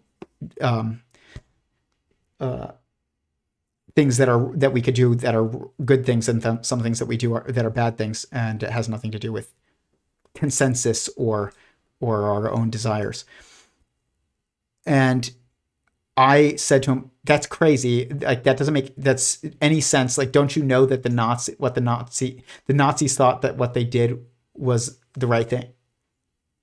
And the thing is that that's not an argument against what he's saying. In fact, built into my statement is the acknowledgement that there is a right and wrong, and that they did the wrong thing and they just thought they were doing the right thing. So my statement kind of was built within the context, or the presupposition, or the presumption, I don't know which one is correct, that there is a right and wrong. But I was saying that he was wrong because the Nazis didn't realize that what they were doing was wrong. They thought they were doing the right thing. That's not an argument against what he was saying. And I had no idea until like years later. And when I thought about it, I was like, wow, I was really confused. I was so confused. I had no idea I was confused. And that's like the most lost you can be, is when you don't think you're lost, or you don't realize that you're lost. If you know that you're in spot that is not the spot you should be in, I wouldn't even argue that that's lost. I would just say you're not where you're not where you want to be. Being truly lost is you have no idea where you are, which means also like you don't know whether or not you're in the spot that you want to be or that you should be, or you're not. But if you know you're not where you want to be or where you should be, then I don't really know if it's right to say that you're lost. You could say, I don't know how to get where I want to go. But that's not really the same thing as lost. It's interesting, the show Lost, which, was very good and also just got like dragged on artificially and then got not as good, about people lost and stuck on an island. But then you just realize actually they're stuck in purgatory, and after dying on a plane crash, they didn't survive the plane crash. They're, spoiler alert, sorry if you haven't seen it, but like they're in purgatory and they have no idea that they're there. That's why they're lost, is because they don't even know that they're lost. Like how lost they really are. They have no idea that they died. And they think they'd survived and that other people died, but that they survived. That is Lost. It's a great name for a show. It just went on.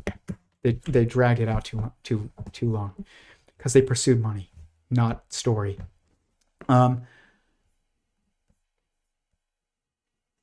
Anyways, like, what my point is, Emil needs to think more about himself if he wants to understand existence. And you can't just look at dictionary definitions.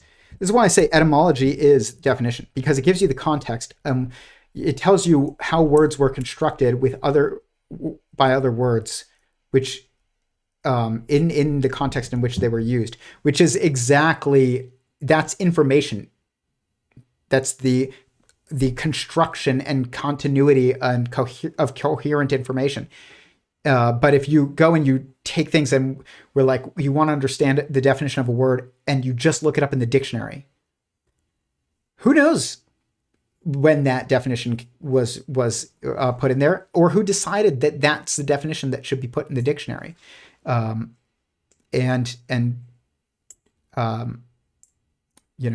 We've seen that a lot, especially in recent years. Definitions in the dictionary for things are changing. I mean, if I looked up like intelligence definition of intelligence, the ability to acquire and apply knowledge and skills, the collection of information of military or political value. Okay. So what is the best definition of intelligence? Is broadly defined as the mental capacity to learn from experience, adapt to new situations, understand abstract concepts, and use knowledge to manipulate one's environment. It's very broad. It is an overarching ability encompassing reasoning, planning, problem solving, and critical thinking. I hate the term critical thinking, as if there's non-critical thinking and critical thinking. There's just thinking. That's it. Which is the same thing as problem solving. You don't need to say problem solving and critical thinking and reasoning and planning. It's just thinking. Planning is thinking about the future and kind of like thinking about how you're going to, the order in which you're going to accomplish things in the future. Reasoning is just thinking in a specific context. Critical thinking is just a scholastic term for thinking. And problem solving is a context of for thinking. It's like when you encounter an issue that you now have to deal with and you have to think about it. So like these are not different things. They're all just different contexts of thinking. But the fact that they include critical thinking here as one of these things, as if they're all like different things, just shows a misunderstanding what any of them mean. So intelligence is increasingly understood as a broader capacity for systems to interact effectively with their environment, including in artificial intelligence. Now, if we look at the etymology, let's see etymology. Watch this.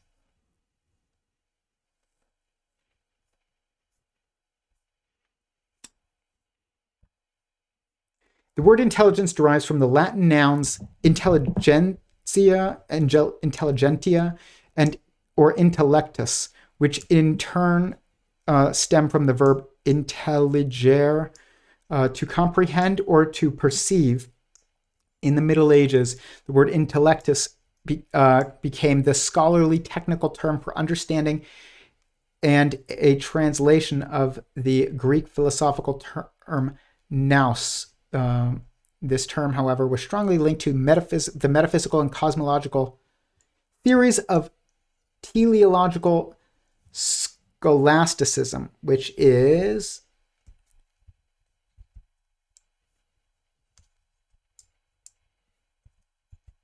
I don't know. It's an ism,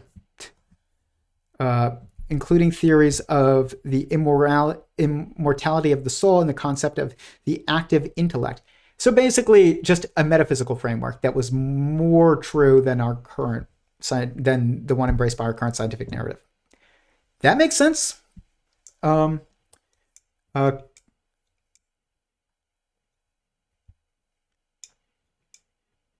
The approach to the study of nature was strongly rejected by the modern philosophers, early modern philosophers such as Francis Bacon, Thomas Hobbes, John Locke, and David Hume, all of whom preferred understanding in place of intellectus or intelligence in their English philosophical works. Yes. It's intelligence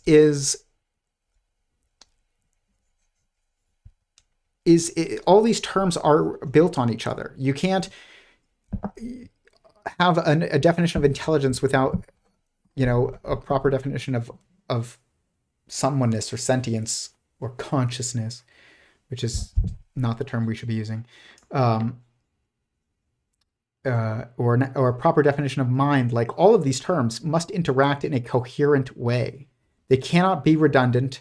They all must be uniquely communicative of an additional piece of information, and also simultaneously entangled with the definitions of all these other terms. I was looking up today, the history of languages and of the creation of languages, because people were talking about how Hebrew was modern Hebrew was the kind of the only instance of the revival of a language, of a dead language. It wasn't a dead language, but it was no longer commonly spoken language. It was language just used for study of scriptures, basically, and then it was revived as a common language, and that requires a lot of effort and refinement, because you kind of have a break in coherence. And I was just thinking about how does English and German, why, at what point do they separate, and it's now two different languages. Why would that even happen? I don't know. Probably has something to do with political institutions, and standardization of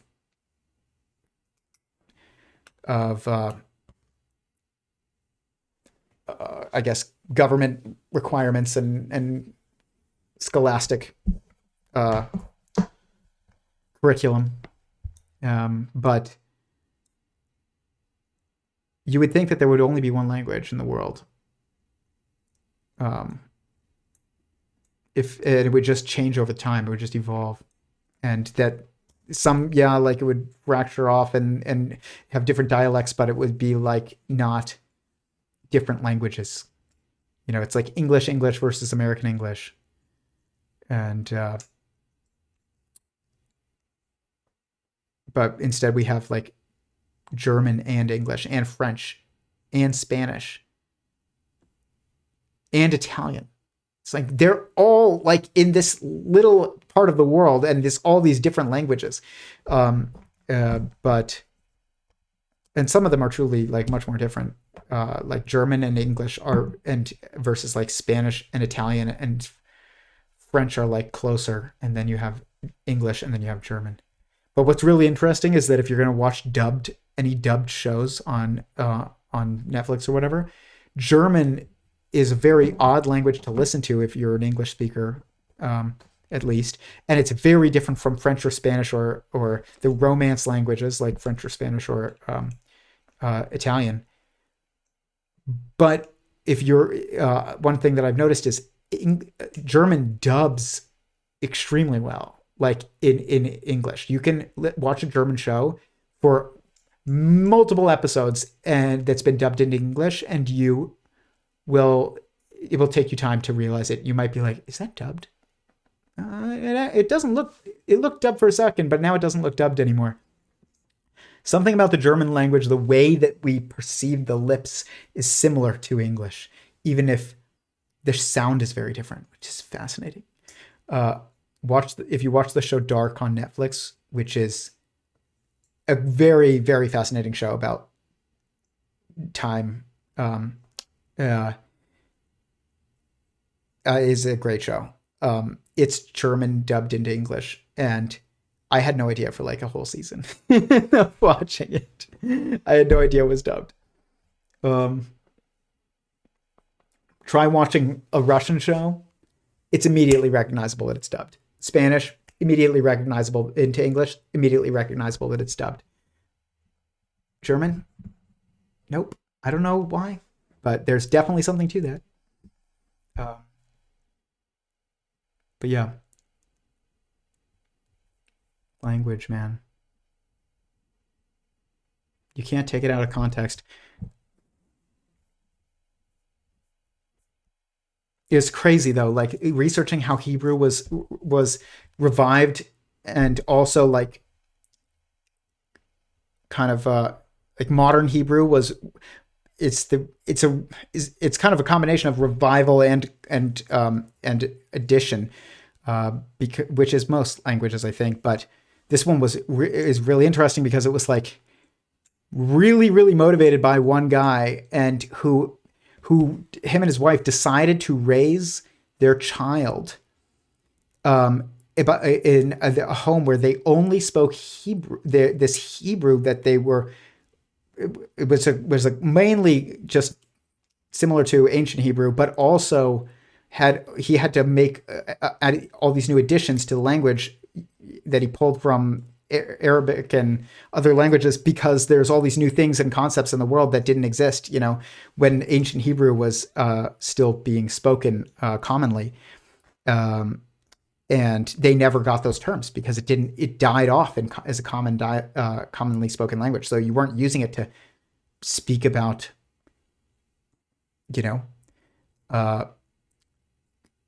combustion engines, because they didn't even exist when in ancient times. And then the language didn't evolve with these concepts coming into existence or into understanding. It took a break, and then you have to like pull them from other places, which is really fascinating. It's kind of unique. But this husband and wife, they raised their kid in a house where they only spoke this language that they kind of revived / constructed singularly. And they raised that, and their son was the first native speaker of modern Hebrew. There isn't any instance of any language I can think of in which that would ever be the case, other than that, because it's such a collective action. There was no first speaker of American English. It's just, there's no time when American English and English. I don't think there was a first speaker of Italian, first native speaker of Italian. I think that it just went like this from, I don't know, Latin. Spanish and Italian went like this from Latin.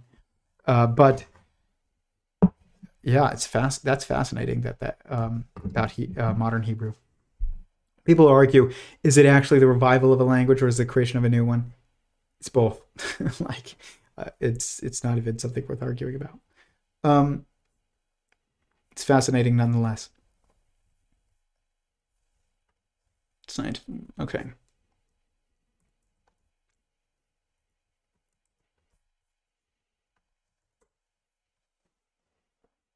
Like, it makes sense.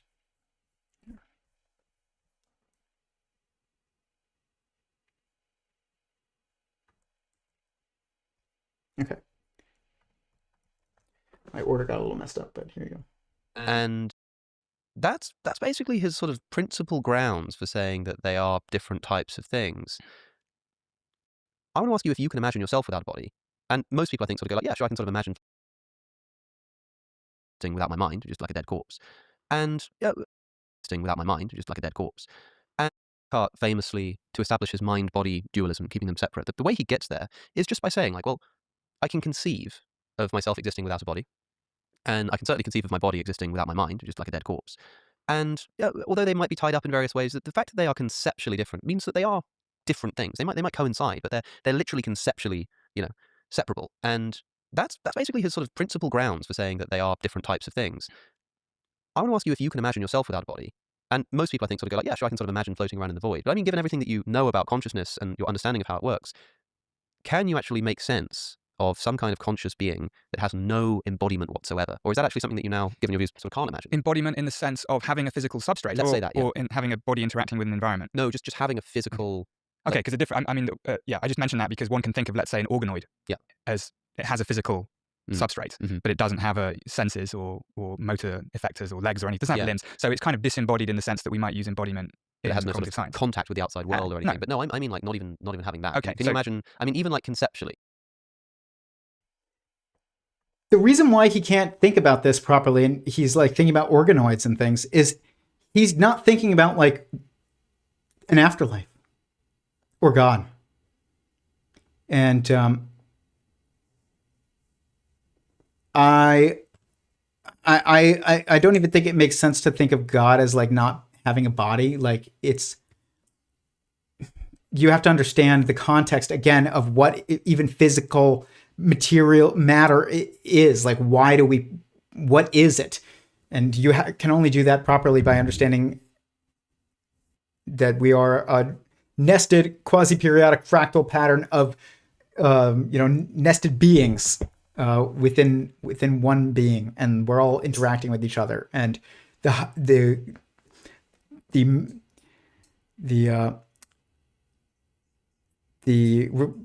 place in this fractal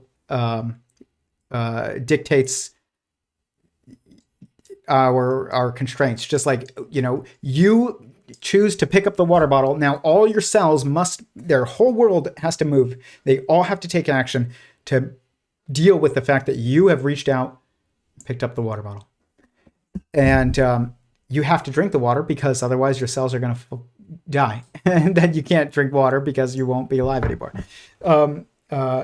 So there is a relationship there that is dependent upon the fact that you are the sentience that is stacked on top of the assembly that is your cells. You are the king of your cells, and metaphysical king over your cells. And for the sake of your body, your embodiment is dependent upon them, though. You must care for them and allow them also to care for themselves, which is what sleep is. You basically letting your cells off the clock to rest and to clean up and make order in their space. Just like when you get off of work and you clean your house and you chill and eat, like your cells can't do that while they're on the clock, just like you can't. And sleep is when you've stopped controlling them. And your mind is legitimately you are disembodied. This is probably the best if you're an anti-theist, which is, or a self-described atheist, or agnostic, which really, that means you're an anti-theist. And there's no agnostics about God in reality. And there's no atheists. The definitions don't make sense. It's not that, I'm not pulling a Jordan Peterson where, like, if you believe in the beautiful, then you believe in God. No, I'm saying that logically you have an assumption because you interact with existence every day. You either assume that you are within a sentient being and that you were created by a sentient being, that you're within, or you assume that you're not. And you might be more confident or less confident, but you have an assumption about it. You must, because you interact with existence every day. It's not something you can be agnostic about. You can be agnostic about a lot of things. The moon landing, Bigfoot, even the shape of the earth. But you cannot be agnostic about the nature of existence itself. It's something that's you can't avoid. And you contend with constantly. So, but if you are an self-described atheist or agnostic, which really means anti-theist, that's not a judgmental phrase. It's just technical. And I've been there, so I'm not judging. That just means you believe that that sentience arises somehow from non-sentience, and that existence itself is not someone, it's just something. That's an anti-theist. If that's you, the only example that I can think of right now where that allows you to think about this properly, which is from first person perspective, really, gives you some context on what it would mean to be a disembodied, but still like existing, is when you fall asleep. You're still you. You're in your dreams, doing things. You're not gone, but you are not interacting with anyone else besides yourself and maybe God. Whereas when you are awake, you are embodied. You are interacting with others, including your cells, including molecules if they're sentient, and protons and neutrons if they're sentient, probably, and animals and other people and God. And it's not just you. You are actually interacting. That's actually the best example that I could give of like what it would mean to be a disembodied being. But he's thinking about organoids, which is an embodied non-being, not a being that exists without a body that exists without a being, without a mind, without a someone. And so he's like backwards with it. And that's because his metaphysics is legitimately backwards. It assumes sentience is not fundamental and that it arises or emerges from purely mechanical physical processes. And that's incoherent. It doesn't mean it's not practical in certain circumstances to just think about the material interactions and effects, but that doesn't mean that it is fundamentally true, the true nature of existence at all. And yeah, I mean, I again, people look outward for these to try for examples of that would, and hope that these exterior observations of possible others and beings and things beyond them, and hoping that it will allow them to have a true understanding of these concepts. And any true understanding is rooted in experience.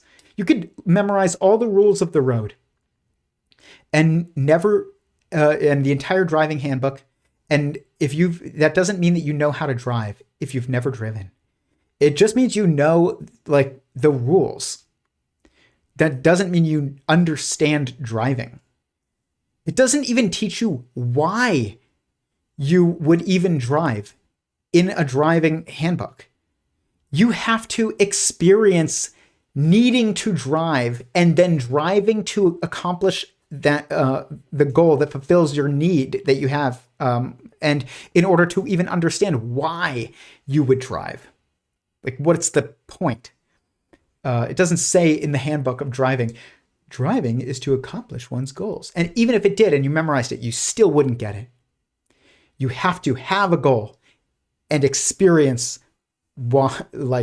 driving for a purpose, or even just for fun. If, like, how would you? Driving also is done for fun. You've never driven before. You have no idea why it would even be fun. Like, really, sometimes it's really not fun.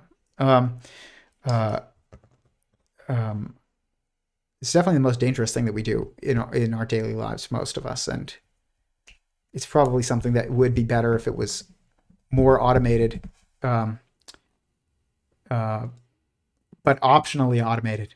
Like, you could choose to put it in autopilot, not you just remove the steering wheel. Bad. But this is how confused this materialism metaphysics is, and idealism is just as confused. It's like a step closer to what is fundamental, but it doesn't it's just as unlikely to get you to the foundational truth as materialism is. And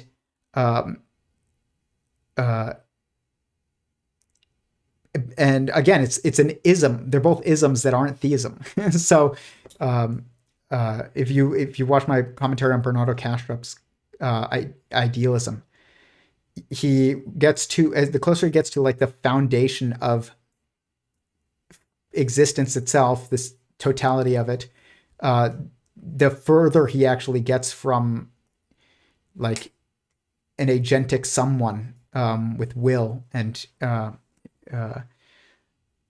who takes actions. He gets into this, like, conscious, not willful kind of being. I forgot how he describes it. It doesn't make any sense.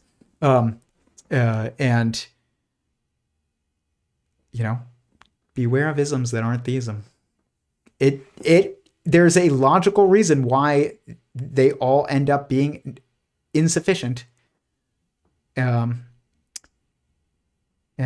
again, I'm not telling you to become, like, religious to any scriptural tradition or anything like that. That's a personal journey, but and there's multiple paths, but theism is just the belief that existence is someone, not just something. And that's it. Like, and if that's true, that's contextualizing of everything we think about, everything we should do, everything we shouldn't do, everything we can do, everything that we conceive of and perceive, if it is the foundation of it all. That's why it's the only one that isn't insufficient. The only ism that isn't insufficient is theism. Dang. The more I think about it, the more true it seems to be. And it's not something I wanted. It just seems to be. In fact, I wanted the opposite.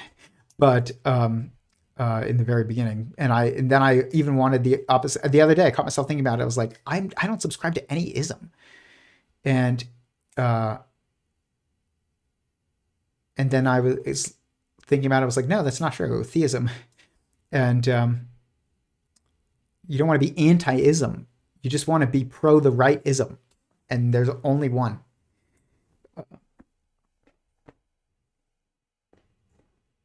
that at least outside of like specific context, you could say, you know, I practice Judaism, I practice Catholicism, I practice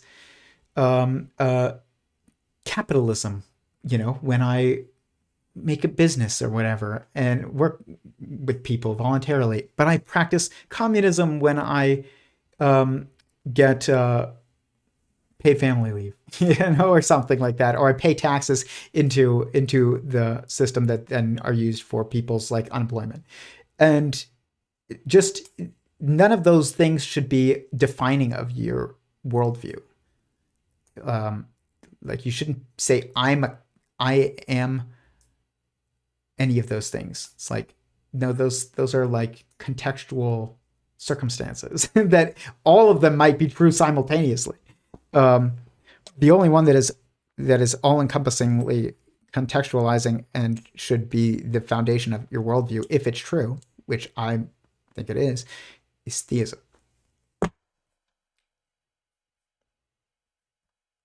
Can you imagine just sort of existing in the void with no... When people start saying, like, even Catholicism is the only way, it's the only true, like, worldview. Judaism is the only true worldview. Islamism is the only true worldview. Capitalism is the only true worldview. Secularism is the only true worldview. Any of these other isms is the only true worldview. They have turned, like, usually they've just turned a value that they have, or a culture, or a community, or an institution into an idol. And you don't want to do that. That's idol worship.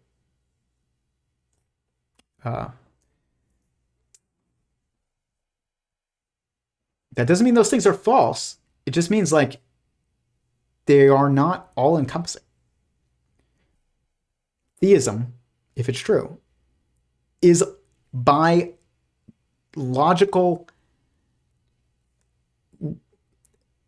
the structure of logic itself, all-encompassing.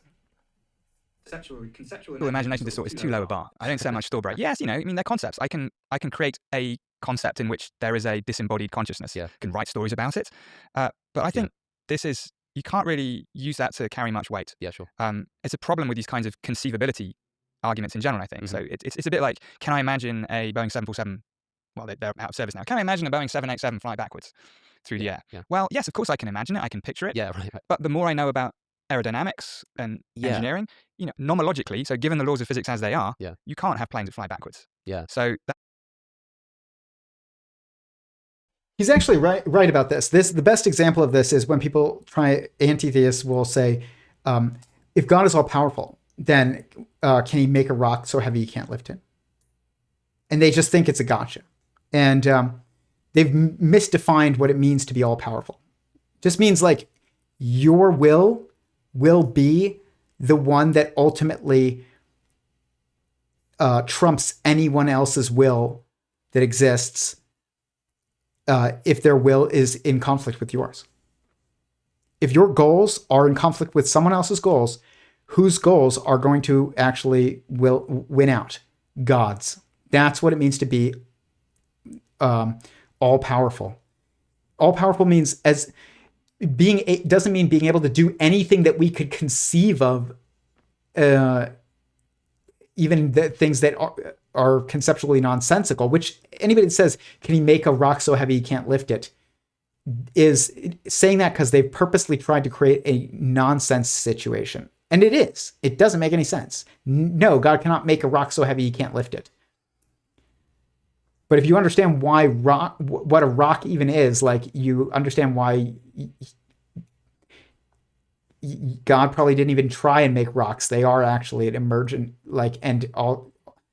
There are our definition of rock. Where's one rock end and another begin? You know, what is rock? I don't know. It's like, it depends on, that's our perspective. It's an assembly of entangled someone's molecules, and hadrons that are of a certain type and in a certain shape that we call it a rock. Like, that's It's not has nothing to do with God's power. God's power primarily, that in any way that really matters, is willpower. Like his goals will be the ones that are accomplished. If they butt up against anyone else's goals, your goals will fail, and his will succeed. That's it.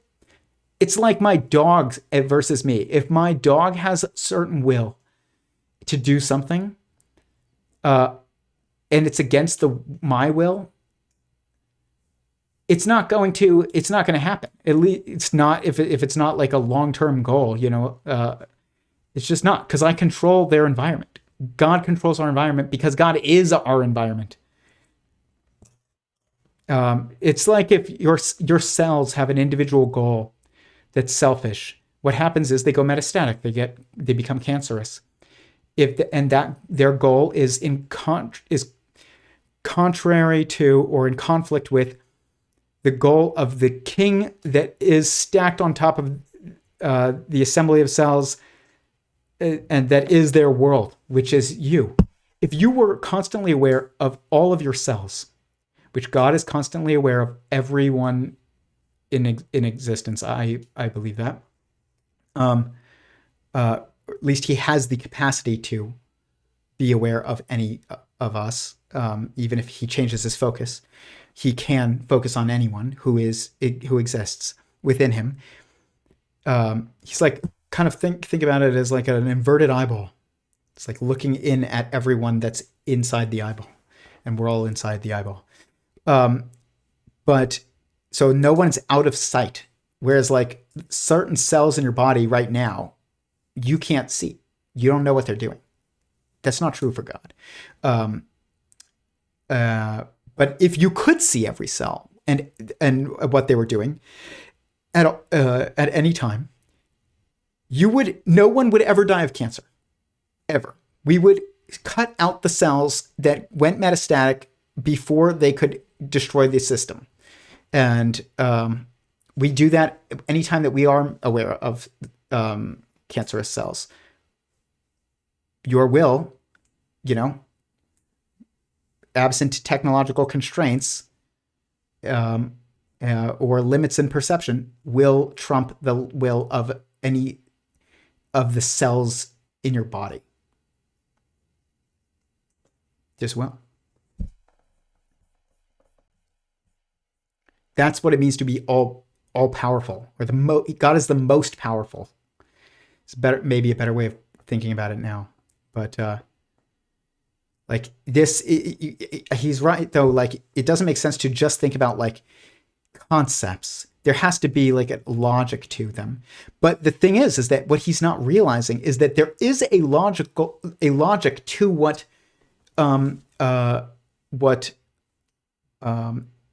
Alex is asking him to conceive of, but he can't conceive of it within his metaphysical framework of materialism. He can't. So he literally, and he has no idea that he can't. He has no idea. And that's why he's like saying it's kind of nonsensical to think of a disembodied someone. And his examples of like what it would mean to be disembodied isn't disembodied someone. It's just a body without a someone, which is the opposite of what Alex is even asking him to think about. And he has no idea. It's just going like this.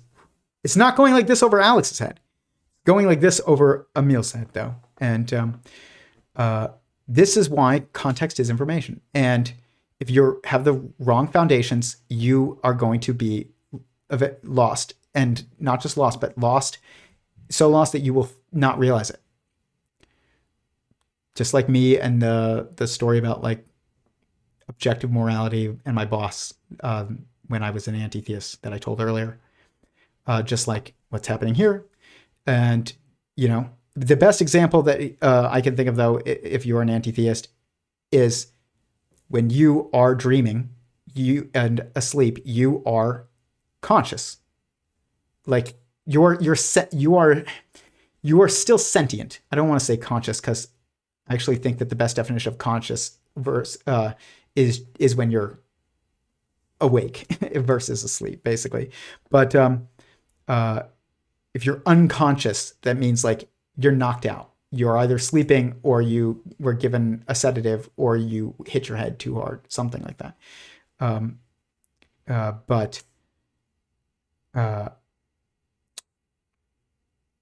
So asleep is within the it's a form, it's a context of in which someone is unconscious. Being knocked out is a context in which someone is unconscious. Being put under, like with anesthesia, is a context in which someone is unconscious. But that's why they're not redundant terms. It's like saying, not all, like all salmon are fish, but not all fish are salmon. Okay.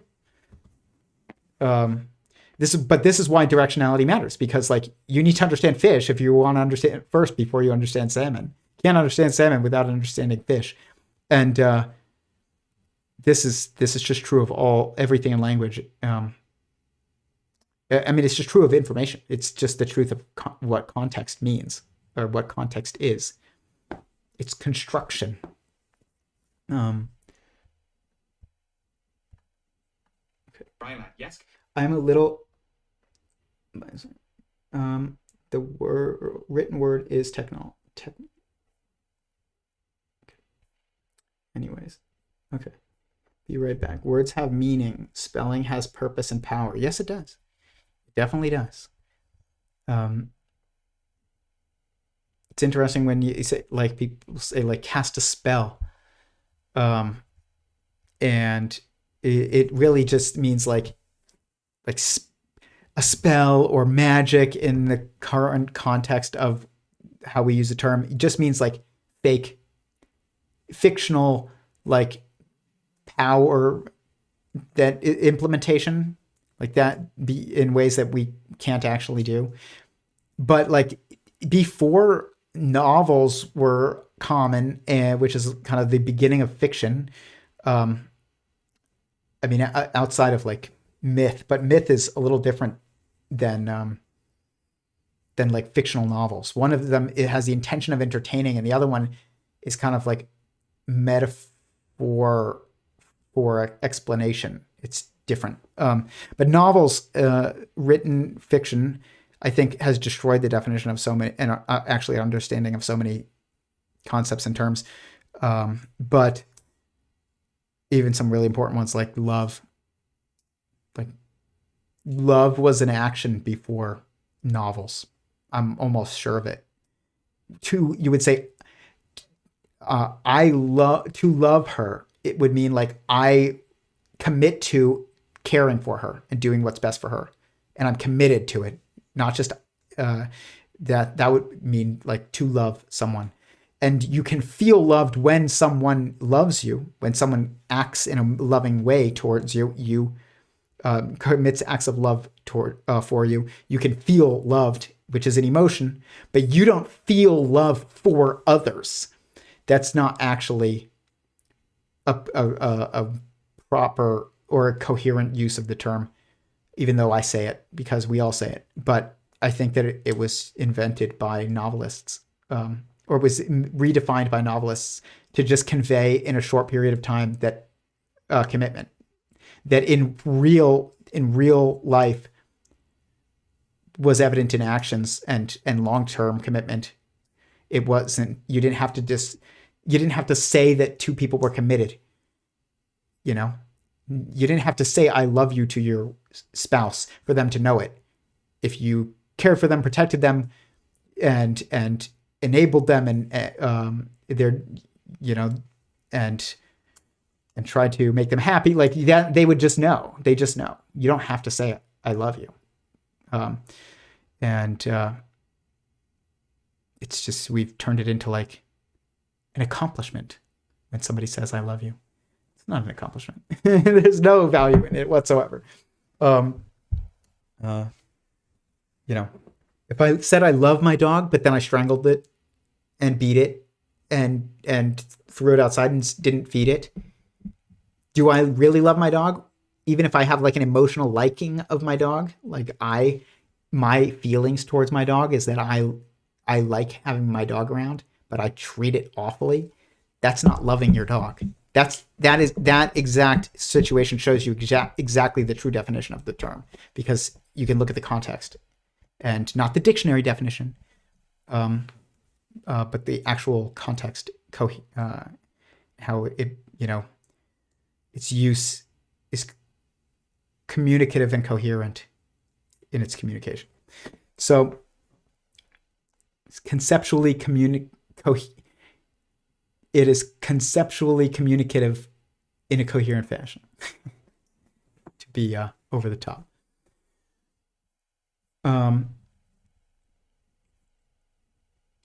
But yeah, I mean the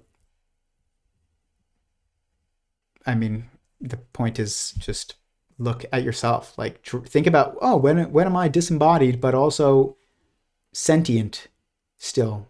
Oh, my dreams. You still have feelings in your dreams. You feel fear. You feel sadness. Everybody's woken up crying at some point in their life because something awful happened in a dream, or they've woken up terrified because they fell off a cliff in a dream. That is, everybody experiences emotions in their dream. You don't experience physical pain usually, because there is no physical embodiment, but you do experience emotions: fear, happiness, excitement, sadness in dreams. That's because you are still existing, but you don't feel physical pain. I can't remember a dream where I was like, oh man, that was such a physically painful dream. Like I really hurt my knee and it really sucked. No, you're like, I was so scared. I fell down. I kept having that dream where I fell off the stairs every night and it was terrifying. And I fell into an abyss every time. Or I had a dream that my parents died and it was so sad and I woke up crying. Or I found something that I found out. I have a dream sometimes where like I'll find like something that I want, but don't have yet. I'll have a dream that I find that thing that I don't have in physical space that I want, but I'll find it in like a closet I'd had it for years and just forgot about it. And I'll be so happy that I like rediscovered this thing that I've actually been like wanting to get, but I realized that I actually already had it. And always experience like real happiness. And then I wake up and I'm like sad because I don't actually have that thing that I wanted. That means you feel your you-ness even when you are not embodied. And you're not embodied when you're asleep.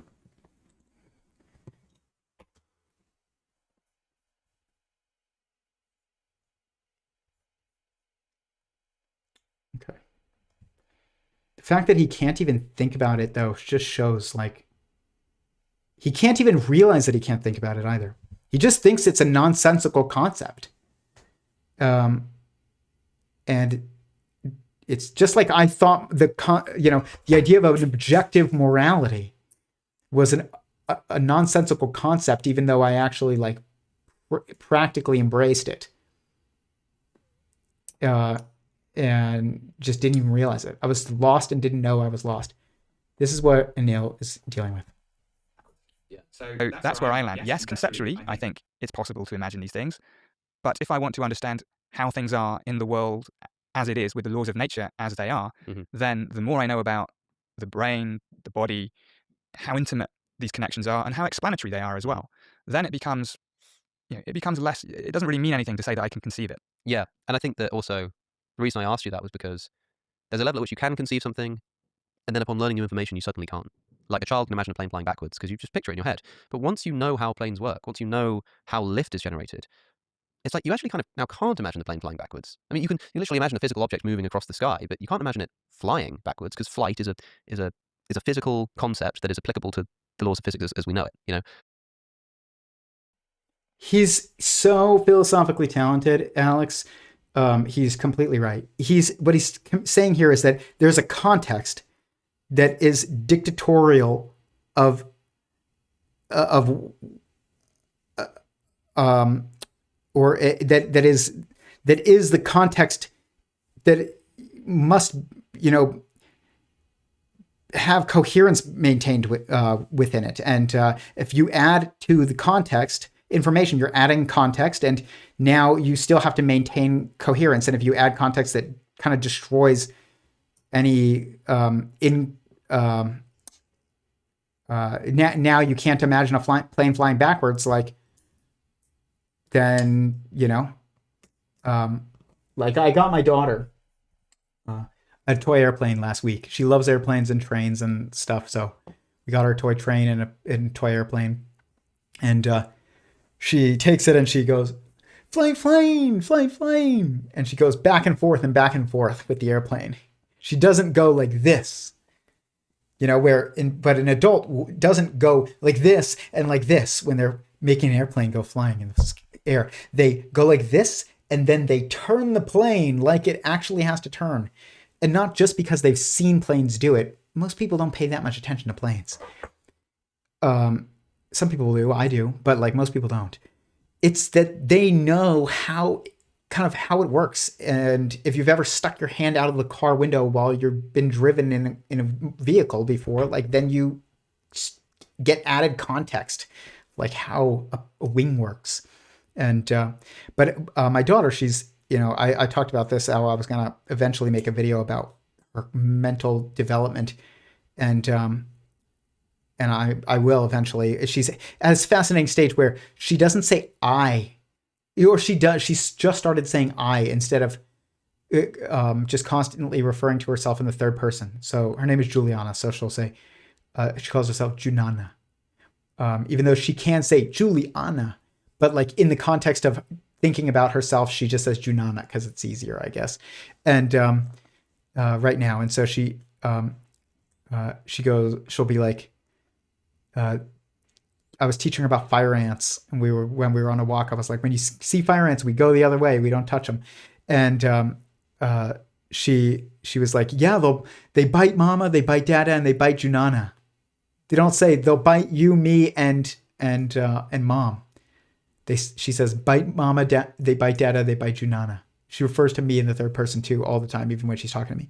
And then she's just started saying like I, but it's like only in a few instances where she'll be like, I so happy. Or she'll be like, I so pretty, yeah, I so pretty. And like after my wife gets her dressed in the morning or something, she'll be like, yeah, I so pretty, yeah. But she also has just started entering like the question phase, where everybody tells me with kids that are slightly older that all of a sudden they just ask you a million questions. As soon as they figure out how to kind of ask more specific questions, they just start asking constant questions, which I'm really looking forward to. Some people say it's an annoying phase. I'm sure it's not always convenient timing, but I know that's true. Actually, I'm already at that point with her, but I'm fascinated to see what questions she asks. But so far, there's really one question that she asks, and it's, what's this, Dada? So she took her airplane, though. She brought it to me, and she pointed to the wing, and she was like, what's this, Dada? Or she pointed to the wheel, and she was like, that's a wheel. That's wheel. And I was like, yeah, that's a wheel. Good job. And she's like, then she pointed to the wing, and she's like, what's this, Dada? And I was like, that's a wing. And she was like, a wing. And then she pointed to the propeller, and she's like, what's this, Dada? And I was like, that's a propeller. It spins around. And she doesn't yet understand what they do. But like the fact that she's asking what each component is, and that she's kind of seeing that there is symmetry patterns that are present that kind of seem to show some differentiation in parts, which is how we identify the limits of things is through symmetry patterns. Then like the body of the car versus the wheels of the car versus the windows of the car. But also through we understand them through application. Like, what is the point of a window? What is the point of a propeller on a plane? What is the point of a wheel on a car?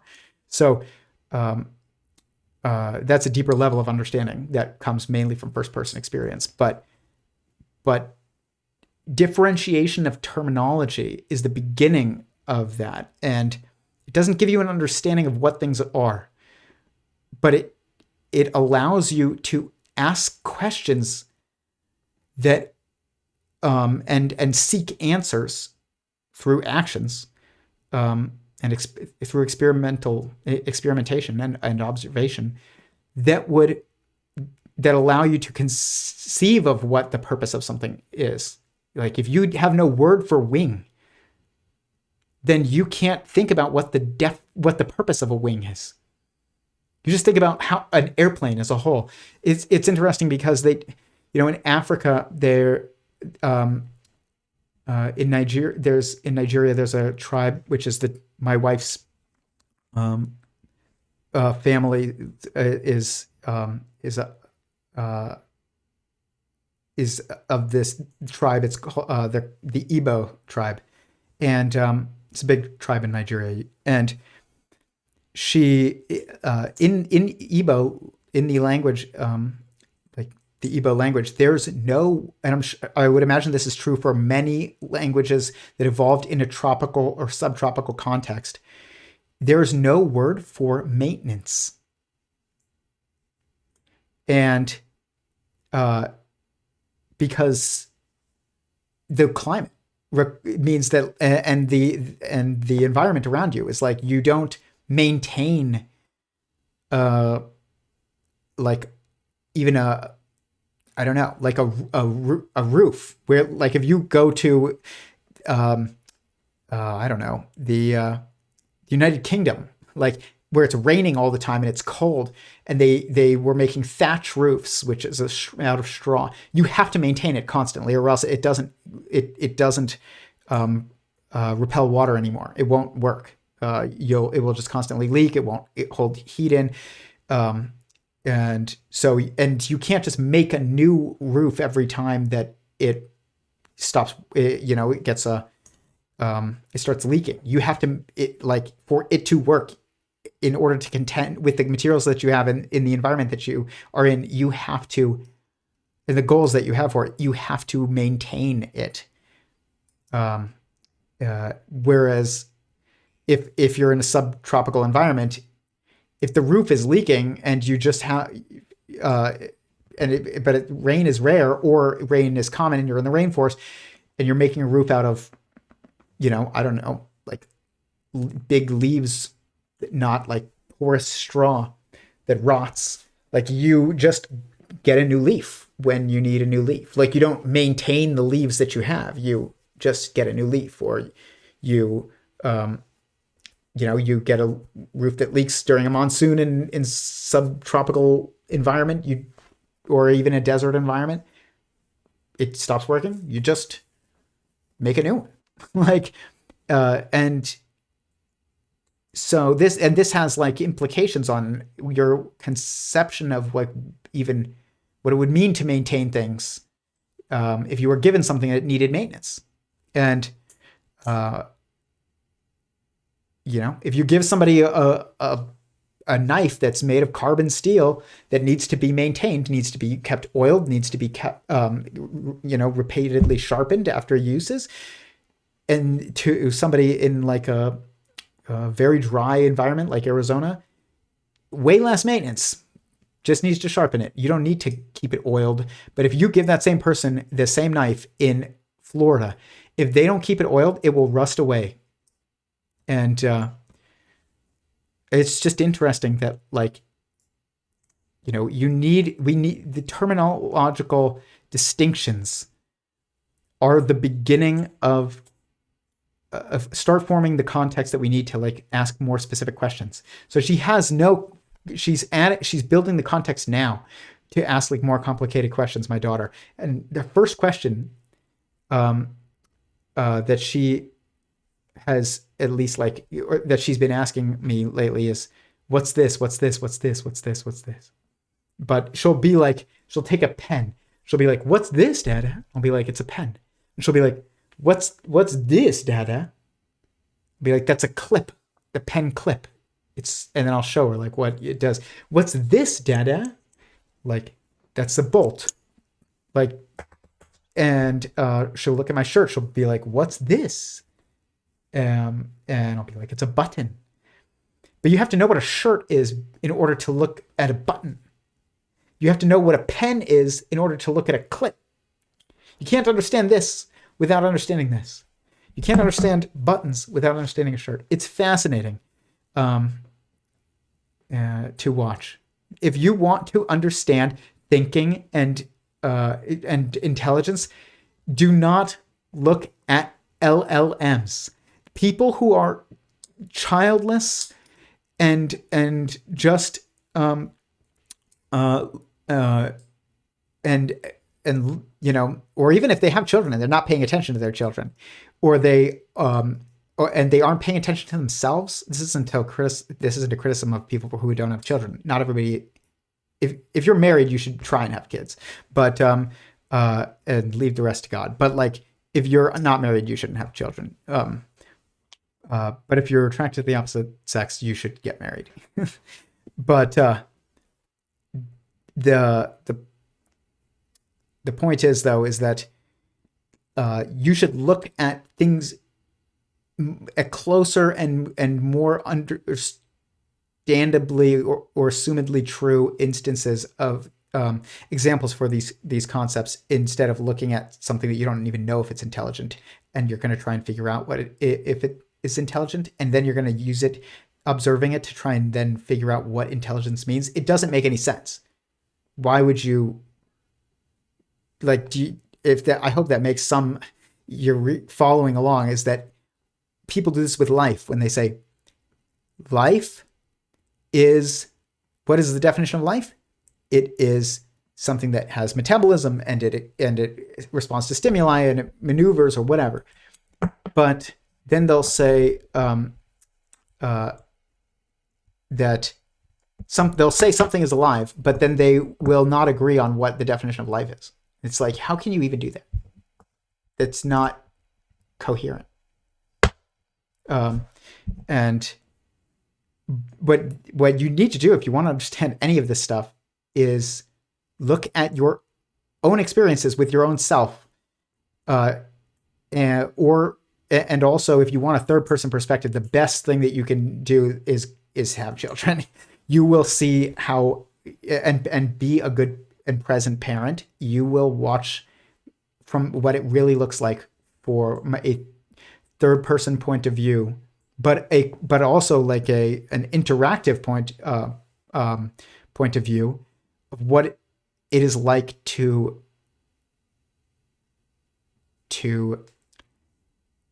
think and maneuver and communicate from zero, basically, like, or from the beginning. You won't see that in LLMs. You'll just think that you see it, and you won't. It's like, if I stop paying attention to my daughter, she freaks out and still continues to do whatever she wants. If I stopped interacting with her, she would just be very frustrated. But if everyone stopped interacting with Grok, it would stop doing anything. It wouldn't be learning anything new, it wouldn't be incorporating any new information, because no new information would be given to it. And it wouldn't be doing anything, or making new connections, or increasing its I don't even want to say intelligence, or because I think that's wrong, but increasing its capability, or increasing in its optimization, because it has no will. But if you have a child, you will understand very much like what it means for someone to have a will that is separate from your own will. But you don't need to have a kid to understand this. It just gives you an added third person perspective. But but the most important one that you really need, and the only one that you really need, is a first person perspective, which you have. Everyone has. So, but it is entertaining to see it from a third person perspective, and it does give you more information. But I don't think that anything that it gives you, not most anything can be derived from a first person perspective. You don't need any specific third person perspective to derive general fundamental wisdom. But it certainly can make you wiser quicker.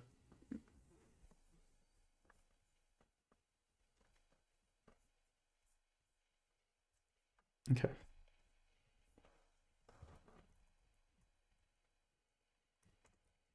What is the time? I know it's so late. This is a long one. I was going to do a short one, and it's long. Ian McGilchrist, and one of Ian It's just too good.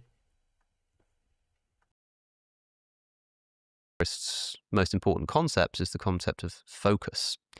And he says that focus it doesn't seem to be like a brain activity as such.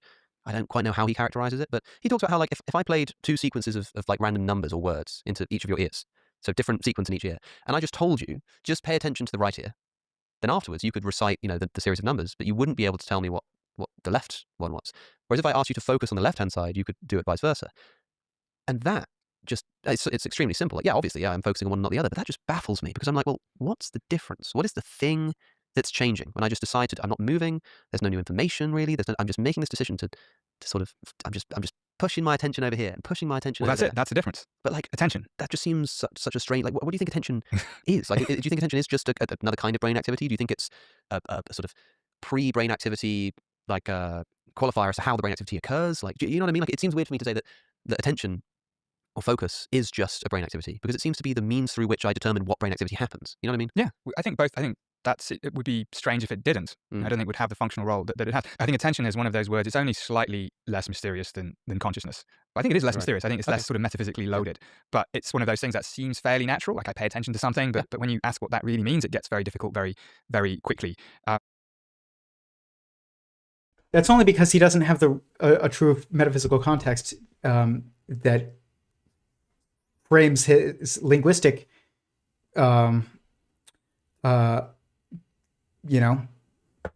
definitions to communicate what focus is. And so it's like natural because you can't avoid it. It's something you just do, but it's also not something that it seems mysterious because you can't describe it in the context that, and it's not explained by any of the context that you assume in your metaphysics framework of materialism. That's what it is. It's not mysterious. It's actually like remarkably simple. And that doesn't mean it's simple to describe using terms that are not fundamental. It just means that you have to figure out how to describe it. And then once you do, it will be very simple to describe. Like when people say, freedom, free will, like, is there free will? The people that wonder if there's free will don't even think about what it really means to have free will. And if they do, they usually haven't figured out what it would be. And they think it's thought of as this complex, complicated, mysterious thing, or it's thought of as kind of just an illusion.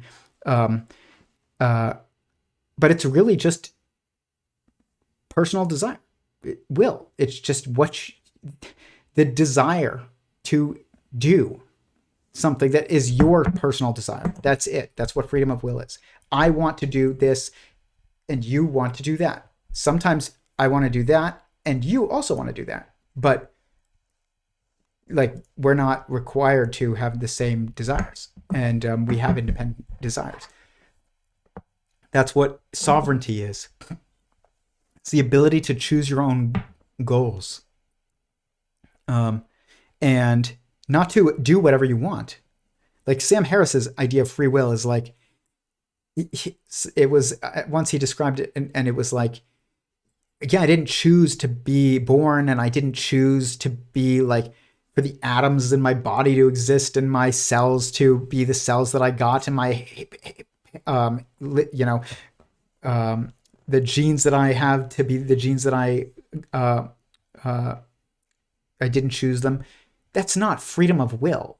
Freedom of will is the ability for you to choose your individual goal. It's not even the ability for you to accomplish the goal. It's just the ability to choose the goal. That's it. Freedom of will. What is the definition of will? It's desire. You have a will to do something. It's the animating energy for action. And what is freedom? It's like, it's the ability to choose it, to make a choice. So like choice of goals. That's all freedom of will is. It's actually, that's remarkably simple. And then now you can ask, do we have the ability to choose our own goals? Yeah, absolutely we do. That doesn't mean you can even choose your instincts. Doesn't mean you choose your desires even. It just means you choose your goals. Doesn't even mean you can accomplish them. But do you have the ability to choose your own goals? I think I do. You can ask yourself that question, and then you will get the answer. But to whether or not we have free will, it's really not that complicated. Or when people say, is the universe deterministic, or do we have free will? If within the context of sentient singularity theory or theism, God's freedom of will is his ability to make a choice, and which is really an action fundamentally, and that choice is like if you just exist and you're God and you just exist and it's just you and there's nothing to do because there's only you, there isn't things outside you, and there's no one else outside you to interact with, there's no one else inside you, and you're just you alone. There's nothing to do, no time, no space, because space and time are just the perception of causality that comes from beyond you, or your interaction with causality beyond you, and there is no causality beyond you because you're God. And then all of a sudden you decide to make someone inside, someone else within you, because you can't make someone outside you because you are existence itself, and you can't make something or someone outside of existence. Then it would be non-existent. That's his will. That choice is deterministic of consequences that everyone within him has to now contend with. Just like I choose to stack the dominoes and I choose to hit one domino and then they fall. Is in that circumstance, is there freedom of will or is it deterministic? It's both. They are codependent concepts in sentient singularity theory. They're not even compatible. They are codependent. Determinism and will require each other. If you don't know what the effect will be of an action or of a choice, then you can't make a choice. You have to know that when you encounter a choice, that this choice is at least likely to lead to that, and this choice is likely to lead to that. If I gave you a fork in the road and you had no specific goals to go anywhere, but and you didn't know which direction, where this path went, and you didn't know where this path went, and I told you to make a choice, choose which path to go down, like you couldn't actually make a choice. You can make a choice to flip a coin, but that's not actually choosing which path. You cannot make a choice. It's impossible. You must have a goal, and you must and you must recognize the deterministic consequences of of a specific choice in its relationship with your goal in order to exercise, in order to make any choice. And so exercise freedom of will, I guess. It's not complicated, but you have to understand the right context, and then it ends very simple. So when he says things like, what is focus? Like, we can't really define it. It ends up becoming mysterious, not as mysterious as consciousness, but really still mysterious. First of all, you can't understand focus without understanding sentience, which is really the term we should be using when he says consciousness. And so you can't say it's not as mysterious as consciousness, but it's still mysterious. That's actually backwards. That's implying that you could deduce the definition of focus without deducing first the definition of consciousness. Doesn't make sense, because who is focusing? A conscious being or a sentient being. You can't do everything that he thinks is, I don't know.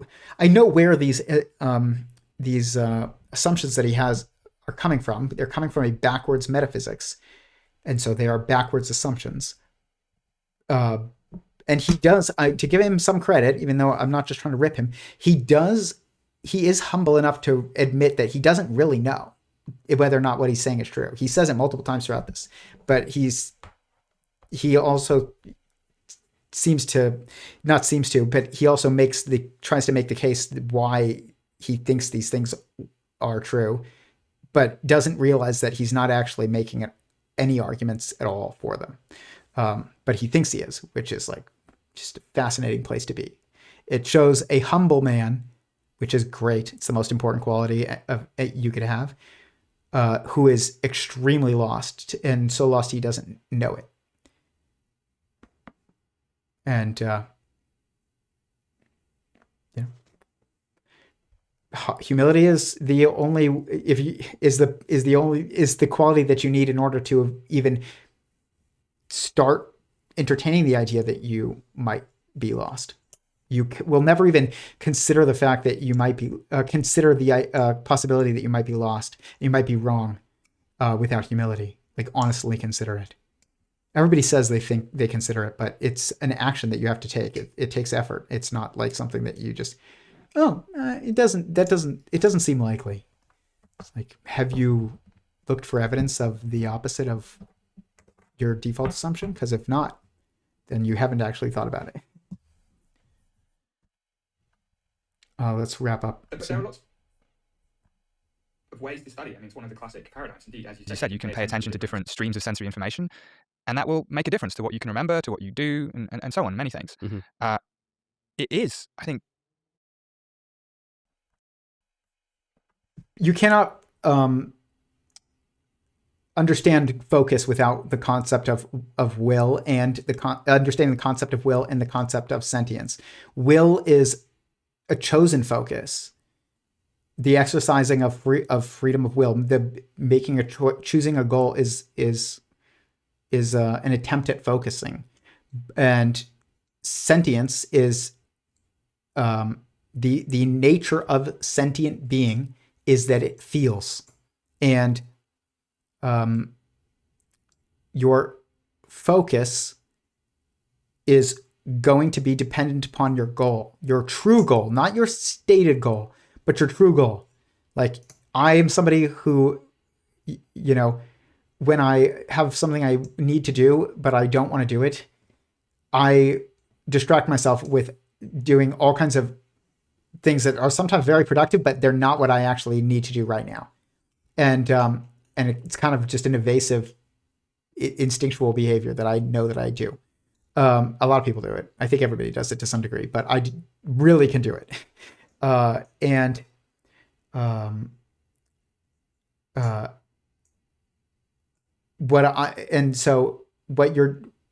You've changed your goal and you've changed your focus.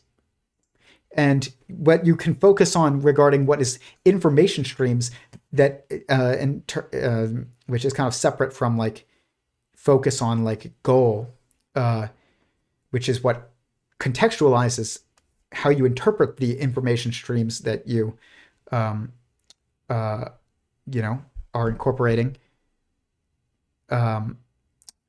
is what's going to determine your focus. So for instance, you have six senses, like I described earlier in the stream. Emotion and touch and taste are for perceiving things that you perceive as impacting you, like meaning you don't have a choice in their effect. You cannot ignore the effect that they have on you. The effect that they have is the effect that they have. Whereas sight and smell and hearing are senses that you can choose to turn off, either by covering your ears, closing your eyes, or not breathing through your nose. And so which one of these senses is the most important one? I'll tell you right now, it's emotion. But other than emotion, and the reason why it's emotion is because emotion is you feeling your own self. It's the most primary. It's the only feeling that you continue to have even when you're not embodied. It is when you're in the afterlife, you don't see probably people like your loved ones that are still alive, like driving to work. You feel the feelings that they feel probably, and you can probably feel the feelings of anybody that you want to feel the feelings of, which are probably going to be the feelings of the people that you care about. Why would you care about feeling the feelings of somebody you're not even aware of? But you can probably change who you are feeling the feelings of. Like if your kid versus your grandkid versus maybe your spouse, if they're still alive, and that's your perception of the world. You're not like thinking about, oh man, there's you don't know like who won the election or like what the temperature is in a certain location, but you can feel the feelings of the people that you are aware of, and probably not going to feel the feelings of anybody that you aren't aware of. And you probably have to choose whose feelings you feel the feelings of. Other than God's, I think you will feel the feelings of God, because you won't be able to avoid it. But at least some of his feelings, not all of them, but because you'll just get closer. He will become clearer because you're not focusing on physical things anymore. Physical things don't increase your understanding of fundamental. There is a rabbi named Rabbi Manis Friedman. He talks about sex and intimacy and marriage and dating, and he probably has like the best commentary on it I've ever seen online. And he talks about sex and how in that like the ideal sex is not one where you're focused on the visual and like what your partner looks like or saying certain things or whatever. The ideal is the most intimate sex that you can have is when you turn off the lights, don't say any words, and you're basically eliminating as many veils as possible. These physical things seem like added information, but if your goal is to be with someone else instead of just experiencing something else, then you need to eliminate your perception of as many things as possible that are between you and the someone or distracting you from the someone. And you can't eliminate it completely because sex is a physically felt act, very much, but it's also an emotional one. And, but it doesn't have to be visual, and it doesn't have to be audible. You don't have to speak. You don't have to see anything. And I'm not saying you should don't enjoy your partner, enjoy your spouse, but also recognize the ideal and what the goal should be is like in a marriage is you're committed to someone else, not something else. You know, everybody gets old and ugly, and so if you want to you want sex to continue to be enjoyable, you need to focus on physical feeling and emotional connection, not visual, I guess, sexiness. But doesn't mean don't enjoy it while you can. It just means recognize it's not the most important thing. But my point is that these physical senses, or these sensory streams that we have, which are from our senses, 6 of them, are how we interpret them as goal dependent. So here's an even much simpler example than the one I just gave about sex. Think about so when I was a kid, I remember getting a bar of soap and smelling it. That my mom had got us some soap, and I remember the first time she got soap that smelled like a strawberry smoothie. Like it smelled like some smoothie that you wanted to drink, some fruit smoothie. And I remember tasting the soap and being like, this is terrible. It doesn't taste the way that it smells. It tastes like bitter and soap, but it smells like Jamba Juice. Okay. Why didn't I eat the soap? If it smells like a strawberry, the same as a strawberry, but I eat the strawberry, but not the soap. Because the goal with soap is to use it to wash yourself, and the goal of a strawberry is to eat, not to wash yourself with the strawberry. And so now, because you have you have a focus that is a goal, that contextualizes which sense is going to be your focus now. So if your goal is to wash yourself with a soap, you aren't going to care how it tastes. Like, you're still going to use it, even if it tastes terrible, because it smells good. And that's kind of the goal. It's to not smell terrible when you, and maybe even smell good with bathing yourself. But if your goal is eating because you're hungry, but something smells terrible, but tastes great, like durian fruit, which smells like rotten flesh and old cheese, but tastes like a mango and a melon and vanilla, custard, you're going to eat the durian even though it smells awful. Nobody likes the smell of durian, but people like the taste. And why do you eat it if it smells awful? Poop smells awful too. You don't eat it. Soap smells great. Fruity soap smells great. You don't eat it. Strawberry smells great, but you eat it. So our goals are one focus. That's a choice that we make of where we're trying to go, what we're trying to do. And that's a focus that we can choose.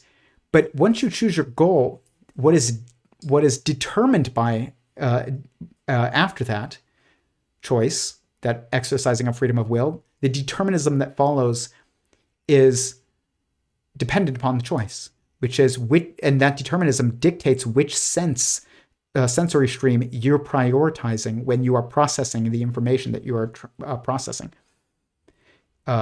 Nobody would eat a fruit that smelled great and tasted awful. Nobody be like, yeah, we eat it because it smells great. Yeah, it tastes awful, but we eat it because it smells great. No. But they'll eat durian and it'll be like, yeah, it smells awful, but we know it smells awful, but it tastes really good. You should try it. You don't have a choice in which sense you prioritize. You have a choice in which of your goal, and then which sense you prioritize, which is another focus that you don't have choice in. It's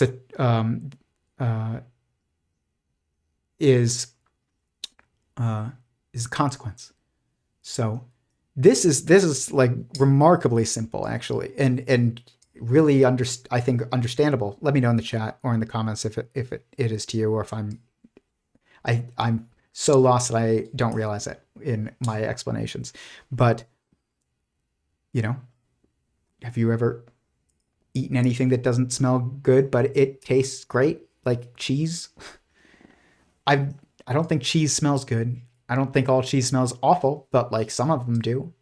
But no cheese smells really good. You're like, gosh, that cheese smells so good. No, it all smells like neutral to not great. But I love cheese because I love the way it tastes, and the goal is to eat it. So, this is the context of focus, and there's focus that you choose, which is a focus, which is like a goal, and then there is focus that you must focus on, that you have no choice in, even if you had a choice in the goal that contextualizes the context that you must focus on as a consequence.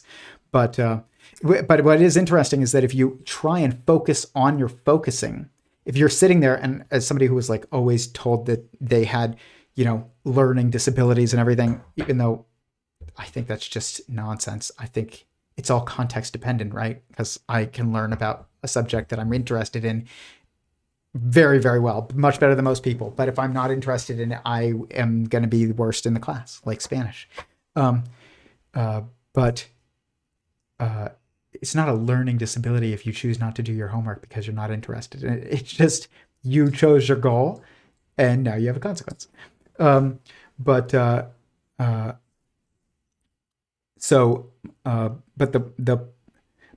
remember, like, when I was a little kid and people would be like, you need to focus, Tyler, you need to focus. And I would sit in class and be like, in my head, I'd be like, okay, Tyler, focus on what the teacher's saying, focus on what they're saying, like write down what they're telling you to write down. And then I realized that I missed everything that they said, because you're not actually focusing on what they're saying. You're focusing on the fact that you should be focusing on it, which is not the same thing. And this is why I have this theory of, I know I'm not a good dancer, and I'm a very good martial artist though. And they're the same moves. I'm very rhythmic and like flowing, and I have rhythm, like natural rhythm and skill when I'm doing martial arts. It looks good, but when I'm dancing, I look awkward, even though it's the same moves. So it's not physical ability that's stopping me. Why? What is constraining my my abilities is it's mental, and what it is it's focus. I said this to a friend of mine. I had this epiphany one day. I realized, I was like, why do I suck at music, and suck at dancing, even though I want to be a good dancer and I want to be able to play an instrument? Like, that sounds so cool to me. For the same reason I sucked at Spanish, but I still wanted to learn Spanish. I didn't want to learn Spanish because I was interested in it. I didn't want to learn a musical instrument because I was interested in it that much. A little bit ukulele, but not that much.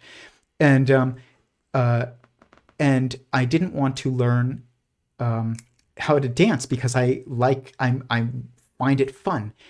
I wanted to be good at those things because I wanted to be cool to other people.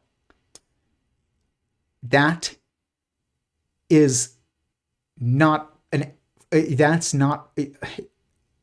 that's your focus, then your focus isn't dancing. If your focus is looking cool when you play guitar, your focus is not learning how to play guitar. If your focus is on looking cool when you're dancing, you're not focused on dancing to the music. You're focused on how are you being perceived by others while you're dancing, which means you're not actually focused on your dancing. If I'm focused on how my ukulele playing sounds to other people who are listening, more than I am focused on how my ukulele playing sounds to me, then I'm not focused on my ukulele playing. I'm focused on other people. and you've kind of just tricked yourself into thinking that you wanted to do something, but you don't actually want to do it. And I realized this, and that's why I'm a terrible dancer, but a really good martial artist, because I focused on fighting when I'm fighting, but I'm not focused on dancing when I'm dancing. I'm focused on, do I look cool to my wife? When I'm playing ukulele, I'm like, does it sound good to my wife? I'm not thinking of, does this sound like, how do I make this sound really good to me? Like, I'm trying to just enjoy it for me. No, I'm like, is this good enough to sound cool to my wife or post on Instagram? That's not the same focus. And it's a different focus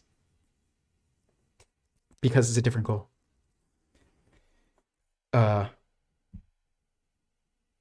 Again, like, this is not mysterious stuff. It's actually the most simple. I don't want to say simple. I don't want to say anything is simple or complex. It's the most.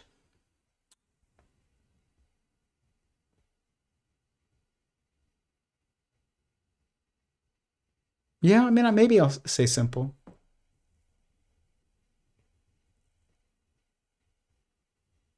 It's most easily. I don't even know what the right term is.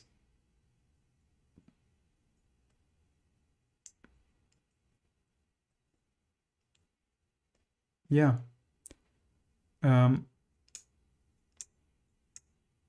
It's just, it's the most apparent and obvious and easily understood or understandable. Like, these are super understandable concepts because they're all able to be understood first person. You don't have to go and learn about some additional context that isn't natural in order to understand them. Just think about yourself. But you need the correct foundational metaphysical framework, and that will frame your how you perceive language, and you'll perceive the inconsistencies that you couldn't previously conceive or perceive. You'll realize the incoherence, and then you can start formulating coherence because you realize the incoherence. But if you don't realize the incoherence, then you can't even start. We're almost done. It's way too late. I said I was going to try and preserve my voice. This is just to show a couple more clips that are just show how lost he is. And it's not just him. This is the normative mainstream opinion, kind of. And actually, I'd say he's actually a little bit better than them, on some things. But and that's probably primarily just due to him being more humble than most academics. A wider space of possible minds. These minds need not be conscious minds, but there is very likely a very large space of possible kinds of minds. And we are in one region of this space. Mm-hmm. Maybe biological minds in general are in a larger space, but they are still somewhat constrained by the fact that biological minds evolved within bodies, probably almost all of the time. Maybe think about fungi or something like that, but most of the time. But there may be other kinds of minds which don't have those constraints, which could be very different. And the comparative approach is always useful. And I think we can do that without making any imputations that these strange new minds need to experience anything. Yeah. I mean, guys, this is the many minds theory. It's the many worlds theory, but applied to minds. And it is just an attempt, even if it's not realized, as much as it should be, it's just an attempt to avoid placing sentience as fundamental, or avoid theism, which is the same thing. And that's many worlds, like Sean Carroll's Many Worlds, or like the idea that, there are many possible universes and we just happen to be in the one that's like, the one that we're in. There's so many things wrong with that, but the whole idea is it's an evasive idea. And then the many minds theory, that's what I'm calling this, because that is exactly what it is. It's the same exact structure. It's just projected into you just changed universe to mind. And he'll say, we don't need to explain, just like you don't need to explain the laws of physics, why things are happening the way that they're happening in our universe, if you also say that there's many universes that exist where things happen differently, even though you can't even conceive of those types of universes really in a way that they would be logical, and you've never perceived them for sure. So you have no evidence for them. Not saying they don't exist, but you have no evidence. And the same thing with minds. It's like the many minds thing. We need not assume that all minds are conscious minds. Okay, try and think of a mind that isn't conscious or isn't a sentient being. I bet you in order to do that, you're going to have to change the definition of mind to computer. That's what you'll have to do. It's the only way that you can say that. And if a mind is just a computer, then we should eliminate one of the terms. Why have two terms that mean the same thing? We obviously have these two different words because they both represent specific and unique concepts that are not the same. A mind is a mind, and a computer is a computer. And a mind is the structure of someone, and a computer is a tool. That's it. Like it's a tool. It used to be a person. A computer was a job. Like, I have a computer. I got a new computer. That meant you hired a new person to do calculations for you, to do your math. That's it. And then we got calculators and computers, and so it became like a tool. But you can't even, you have no examples of minds that aren't conscious minds. None. You'd have to change the definition of mind. I think. In which case, it makes no sense, and there's no please tell me of an example where a mind exists that isn't a conscious mind. He doesn't give any, by the way, because there isn't any. I think that the extent to which it's difficult to make sense of what we would even mean by conscious AI could be an indication that the thing we're talking about is like a little bit senseless, maybe. But it's also going to depend on what your theory of consciousness is and what your sort of hunch about the nature of consciousness is. And you said earlier that you believe in this idea of the controlled hallucination, which you've talked about a bunch, and you talk about it in Being You, your book. And I suppose it might just be helpful for people who are hearing you for the first time on this show to just briefly sort of overview where you're coming from when it comes to consciousness before you start thinking about AI. Yeah. So the overall perspective I have on consciousness is to be very pragmatic, really. Mm-hmm. When asked, I describe myself as a pragmatic materialist. Right? I don't know that materialism is true, and I don't want to be a person who's sort of out there in the front lines defending materialism against all comers. But I think it's I've always found it a useful perspective to adopt, because it gives us the resources to at least chip away at the problem of consciousness. And by chipping away, I take something like this, what I call the real problem approach. So, consciousness exists, phenomenal realist. It has many different properties. Vision is different from emotion, is different from audition, is different from memory, and so on. What I'm interested in is a kind of unified way of thinking about different kinds of conscious experiences that explains their relation to each other, that explains their character, and that progressively might explain something like their dependence on a particular kind of substrate, whether it's biological or not.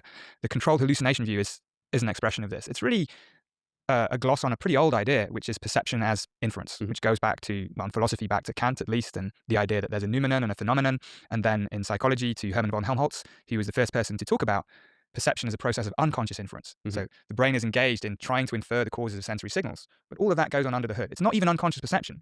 Those are the unconscious processes that underpin perception.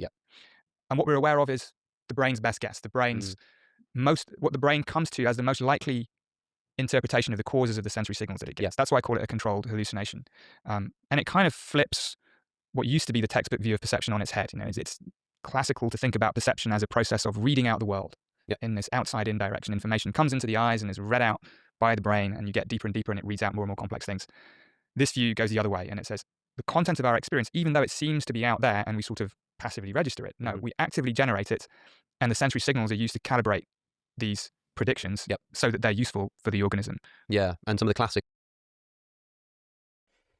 The reality is that they're assuming that it's one or the other is wrong. It's both. Like the mind is a structure slash process, and we are a bunch of minds that are interacting, and those interactions actually cause the emergence of space-time observations, meaning like physical and materialistic observations. But he doesn't assume that. He assumes that matter exists, and that's why he's confused and says like he doesn't know, that he's correct. It's like, for a neuroscientist who's written an article and is publicly known and has dedicated their like career to understanding the brain and the mind and everything that he just described, which is I think he did a pretty good description of like what the goal is. For him to not think that he's figured it out at this point is kind of unfortunate. Like, this shouldn't be something, especially with how fundamentally critical this is, like this shouldn't be something that is difficult to get. When I first had my like these epiphanies about that led to sentient singularity theory, it wasn't like I put all this effort into deducing sentient singularity theory and for years and years and years and then that's how I figured it out. No, I basically kind of had a couple epiphanies that made sense with what I observed and also my logical deductions, and seemed to have predictive and explanatory power when applied as the context to certain phenomenon. And then I just tried to like write down in Excel, was the medium that I used, like transcribe models that like described what I was kind of like conceiving. And that's it. And but it was like the epiphany was like this. It was like a couple days almost. It was maybe a couple weeks probably, where like a few days out of those, a number of days, not every day, but a number of days out of those few weeks, I had like kind of a critical number of epiphanies that were the right epiphanies that summed together to be able to like unlock a new perspective. And then I modeled the four primary perspectives of inside, outside, separate, and oneness, which are the foundation of sentient singularity theory. And they are codependent and entangled perspectives that allow us to orient and perceive and conceive of differentiation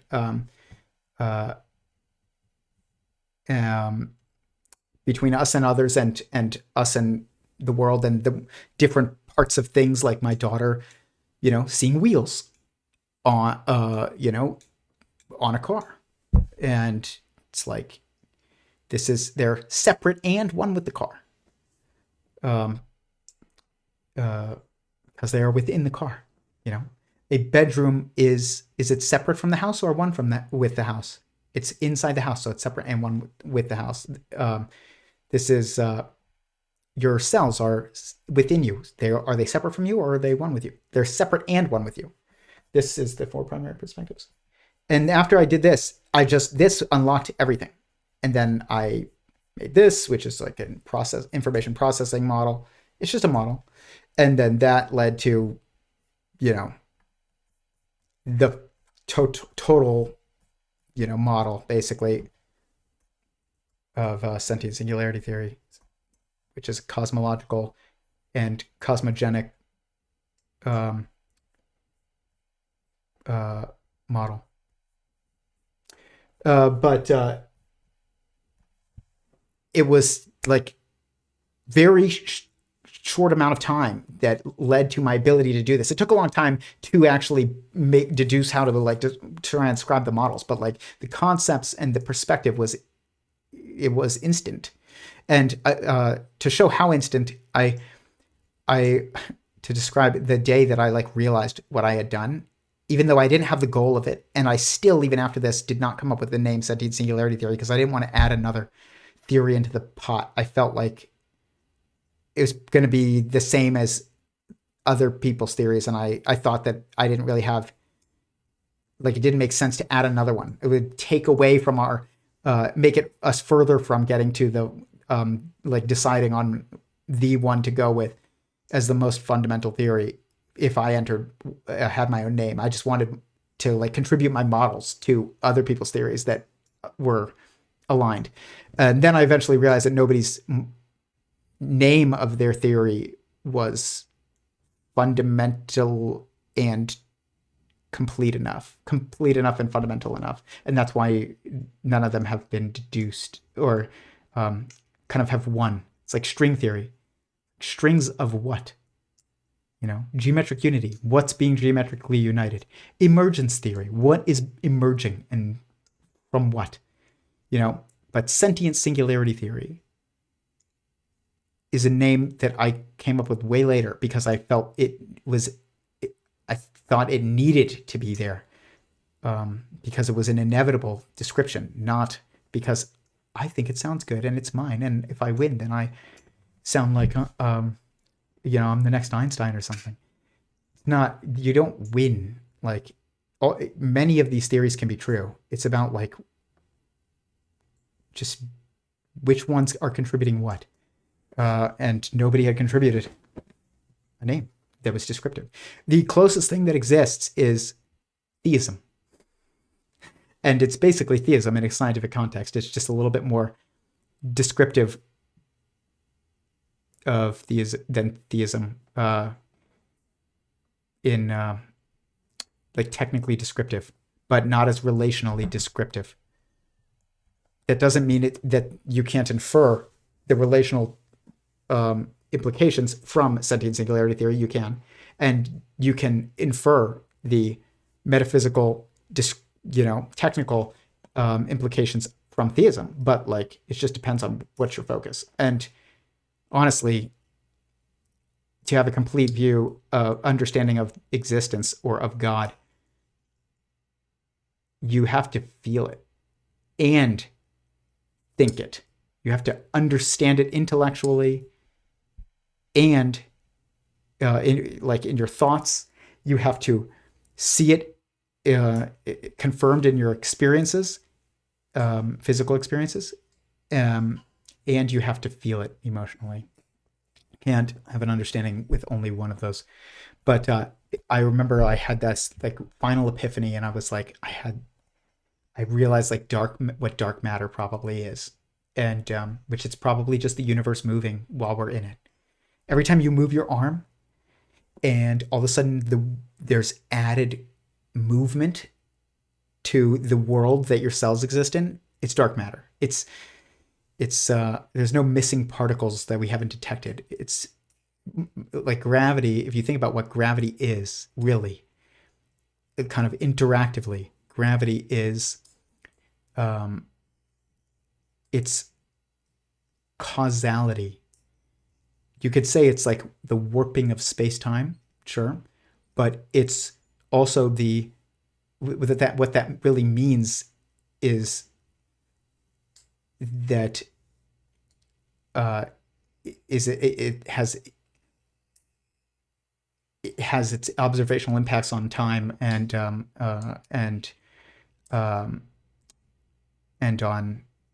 mass, which is on matter and on time, but which is space and time. So it's basically movement that we are perceiving, basically. It's that in the universe, but it's like fundamental movement. I'm getting tired, so I'm struggling. But if you're perceiving extra movement, extra force that is moving things, but in the collective universe, but it's not observable, but it doesn't seem to be coming from the things inside the universe, then it's coming from the universe itself. Like, and so your cells are all moving, and that moves your body, but also you're moving. And when you move, your cells are going to perceive movement like it's coming from somewhere else. Besides, if they added up all their little movements and they were like, this is not enough, they're not taking into account you moving. Like, their world is actually an animated being too. It's not a static container, which is why there appears to be missing, say there's missing mass. That means there's missing force, which really just means it doesn't mean there's missing force. We perceive the force. It's that we don't perceive the cause of the force, because the mass of all the matter within the universe is not enough to explain all of the force that we see being acted in the universe. And I had this epiphany, and I went downstairs and I looked at my roommate and I was like, dude, I know this is going to sound crazy. And I know you won't believe me, and you shouldn't believe me because you have no reason to believe me, but I have to tell somebody just to externalize it. But I'm pretty sure I just figured out the theory of everything. And he was like, okay, Tyler. And he walked away, and can't blame him. Like, it would be really wrong of him to be like, I believe you. That's really weird idol worship. That, I don't know what that would, like, he's not thinking straight if he believed me. I didn't need anybody to believe me. But that's how quick it was. That's how understanding happens, is through moments of all of a sudden just getting it. And he knows that he doesn't get it. Like, he thinks he might, but like, he's not confident. Or at least he's saying, at least we're going to take him at his word, and it's not false posturing humility. When he says, which I'm going to do, I don't know if materialism is correct. At least he's saying that, but like, you should, if you're dedicated that much time and effort to something, I feel like you should feel like you have an understanding of it. Like,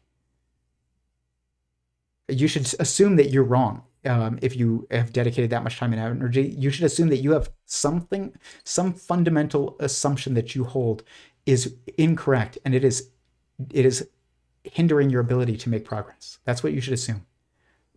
And that is what he is not doing. So,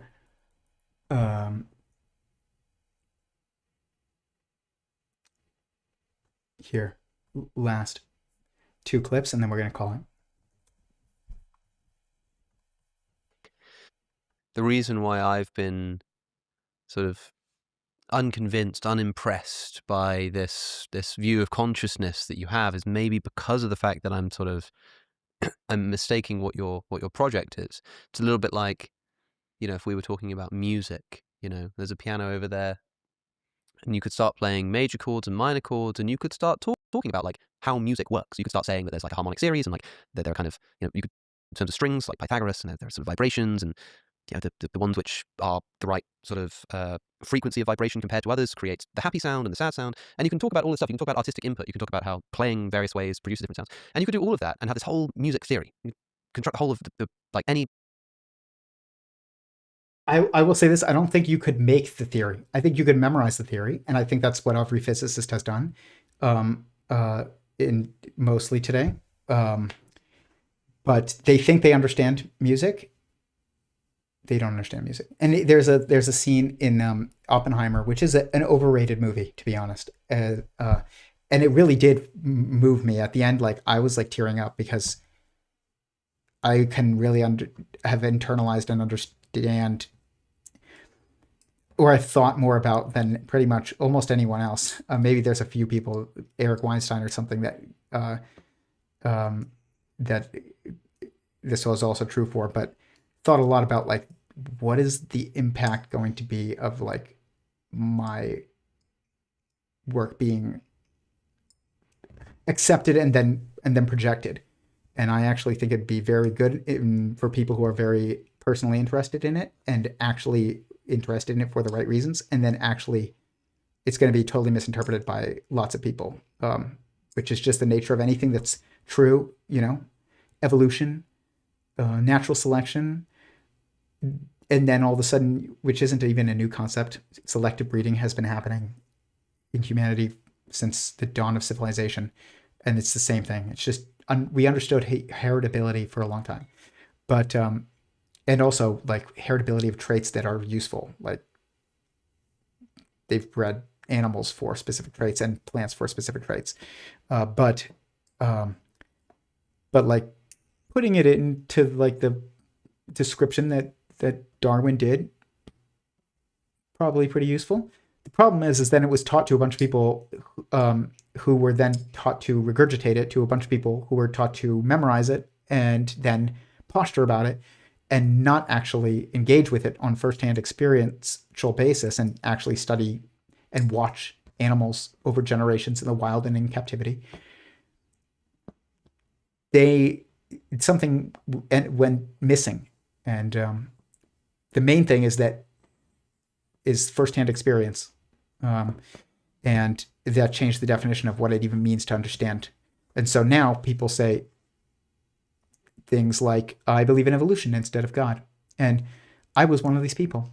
I remember one of the epiphanies that I had was when I met my wife and we started dating. She was a theist and like the first genuine theist that I had ever gotten close to, honestly. And I was an atheist, anti-theist, who was passionate about zoology and evolution. And I remember being like, this is such a central thing in my life is understanding like trying to understand animals and how they change over generations and things and adapt and use and live in their environment. It's my like primary passion. And does she even believe in like that? Or is she going to just think that, I don't know, like none of this has the stuff that I've observed is true. And I went up to her and I was like, wait, do you believe in evolution or do you believe in God? And she was like, both. And nobody in my life had ever said that to me. And I thought about it and I was like, wow, those are actually not mutually exclusive concepts. But I had assumed they were up until I had asked that question and gotten the correct answer. And because somebody told me that they were mutually exclusive concepts. Not because I didn't understand evolution. I actually do understand it much better than, as well as anyone, pretty much. That doesn't mean I'm a genetics expert, but I, have constructed Punnett squares and then seen those odds play out over generations, actually, for animals. But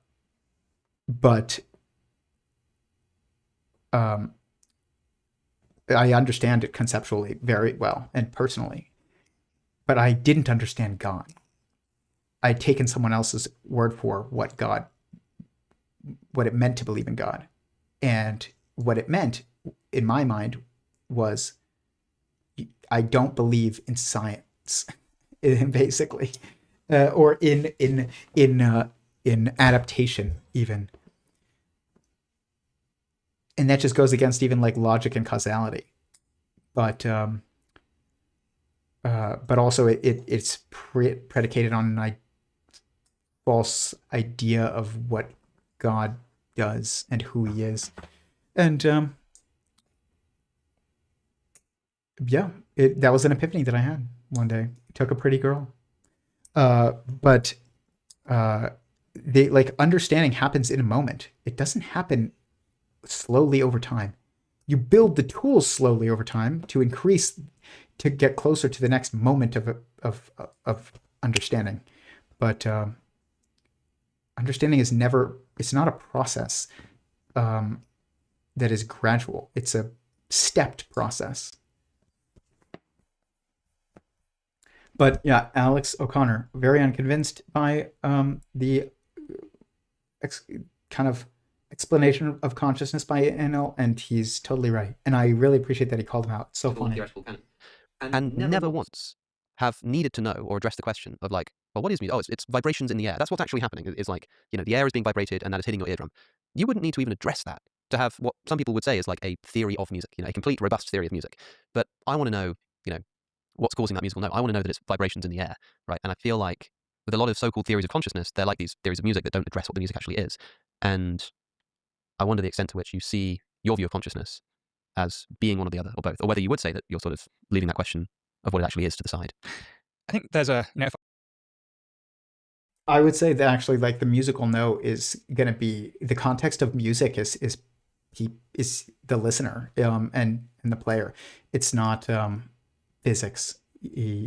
So that I disagree with him on a little bit. It's not the best example, but it's not even that I disagree. It's just not the good example. But it's still, the point is that a robust to describe a robust theory of music and to describe how a piano works and stuff, and even to describe how physically, like, waves hit your eardrum and this frequency, it's this note, none of that actually explains music. You have to understand the purpose of music, the driving goal behind why people play music and why people listen to music. And then I'll start to, deconstruct and formulate a symmetry pattern that is able to communicate the totality of our experiential emotions. That's what music is. It is a language that communicates emotion. It's the most universal language. What does it communicate? Emotions. It's not meant to, show to communicate physical circumstance. It's meant to communicate an emotional experience. When you write a song about running away from something scary, you don't write a song with musical notes that are somehow meant to correspond to physically perceived phenomenon that you would perceive in the act of running away from something scary. You write a song that kind of mirrors the patterns that occur in your mind when you're running away from something scary. The feelings that you feel, the patterns of feeling that you feel when you are running away from something scary. Wow, I just really cracked music, I think. Never said that kind of thing before. As part of the reason why I talk so long on these live streams is because I like thinking about this stuff, and the way to think about it is to verbalize it. And so I'm partially doing this for me, not just for you. But because I know it's late. Going to be unkind to myself. It's sort of kicking the can down the road on that question. But I don't think it is quite like that, because I think the road changes in the can. At least he realizes he's kicking the can down the road, but then he says this. Just as you do this. He says but it's not entirely kicking the can down the road, because the can changes and the road changes. That is another way of kicking the can down the road about kicking the can down the road. And this is because what we think of as the mystery of consciousness is a bunch of related mysteries. Yeah. There are things like, what does free will exist? What is the nature of free will? Things like that. I think the more we can sort of dissolve those mysteries or wrap them into a single framework, a single approach, we do make progress. I also want to know, how do we fit consciousness into our fundamental view of the universe? I don't know what actually exists. I think that stuff exists, but what stuff is, I don't know. It may all be mental states. I don't know. But I think there's the kinds of theories and experiments and explanations that we can construct come about mainly through thinking, through following the scientific method in general has been about explaining phenomena in terms of the physical attributes of things. Even if those physical attributes turn out to be non-fundamental in some way. There is a suspicion that this will not work when it comes to consciousness. And I'm suspicious of that suspicion. Yeah. I want to wait and see what's left, just as in we might strip away all the contingent aspects of conscious experience. Let's strip away all the answerable questions about consciousness. that follow from thinking about its relationship to what we think of as physical processes and see what's left. And maybe there will still be a very deep residual mystery, but maybe there won't. I mean, the historical analogy, which I use with caution here, because I know it's imperfect, is life. Yeah, right. That life was considered, beyond physics and chemistry, that there may have to even be something non-naturalistic, which seems strange talking about life, but something supernatural, element vital, something not accounted for by the laws of nature as they were. And of course, we don't understand everything about life, but that sense of mystery has receded. And we can now see that many things we think of as definitional of life can be accounted for through biochemistry, physics, so on, quantum mechanics to some extent as well. So the sense that there was something incredibly resistive to this kind of explanation didn't persist over time. Now, life is not the same thing as consciousness. Consciousness seems to have this different mode of existence. Yeah. But aspects of it are kind of describable. We can describe different kinds of experience. We want to answer questions about which kinds of systems have consciousness at all. And I think this perspective of understanding how consciousness in humans is related to the physical systems that we are, and then generalizing bit by bit outwards, is the right way to answer these kinds of questions. And back to AI, we need to come up with a way of talking, a way of thinking about, is AI conscious? Because that underpins a lot of moral and ethical decision making. It's already affecting policy and people's behavior. And from a lightly held materialist view, we can start from the assumption that there's something about the materiality of an embodied, embedded human brain that matters. Maybe it's a computation, I doubt it. Maybe it's something else. We now have a research agenda about, okay, what aspect of our materiality matters and why. And I think coming up with justified, testable examinations of that question, hopefully answers to it, will help us say the things that we really need to say about AI, but also about non-human animals, about all kinds of situations. So maybe this does speak to the fact that there are slightly different agendas here. I think a science of consciousness really needs to address itself to these immediate questions as well as the ultimate questions of what consciousness really is. Yeah. The last thing he said there is so true. And I want to end basically on that. So we'll circle back to it. But what he said in the beginning, everything he said in the beginning is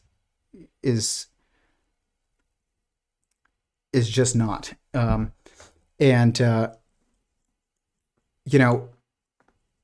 don't want to say everything he said in the beginning, but his assumption that he's advocating for in the beginning is wrong. And part of this is when he says things like life is different from consciousness. First of all, he doesn't really know what consciousness is, and we have a bunch of physical processes that seem to be related to the things that we use to describe life. So now we have we think we've understood the mystery of life. Now it doesn't have any mystery anymore, which really means it doesn't seem like it requires an external actor in order to embody a soul in the world. It just seems like a process of chemistry and physics and biology and metabolism that somehow is only present in metabolism. The idea that metabolism is only present in biological cells and biological beings means you've never thought about what metabolism is. You just have memorized the definition that you were taught in school. Your car's gas mileage is metabolism. But I don't really know what his whole perspective is, because I think it's just so incoherent when he started this advocating for physical processes alone, which really means and computational processes alone, which they're the same thing. They're just causal processes, deterministic causal processes. Whether it's digital or physical is irrelevant. It's deterministic. It's the fact that it's a deterministic chain of events that is what matters. But the fact that he thinks that cells have metabolism and silicon doesn't, so you can't have conscious AI because of that. But also, it's all just life. It can just be explained and boiled down to chemical processes that are just have you thought about what chemical processes are and physical processes? And it's just deterministic impact chain. That's exactly what computation is. It's the same thing. But so he's advocating. He doesn't realize that he's contradicting himself. This is exactly what I did with my boss when he said he believed in objective morality. And I said, that's crazy. Don't you know the Nazis thought that what they were doing was the right thing? I completely contradicted myself. I was basically saying he's wrong, and the reason why he's wrong is because the Nazis did something wrong, and basically said you're wrong because wrong and in your statement that wrong and right exist independent of people's will. But and the reason why is because some people thought they were doing the right thing, but actually they did the wrong thing.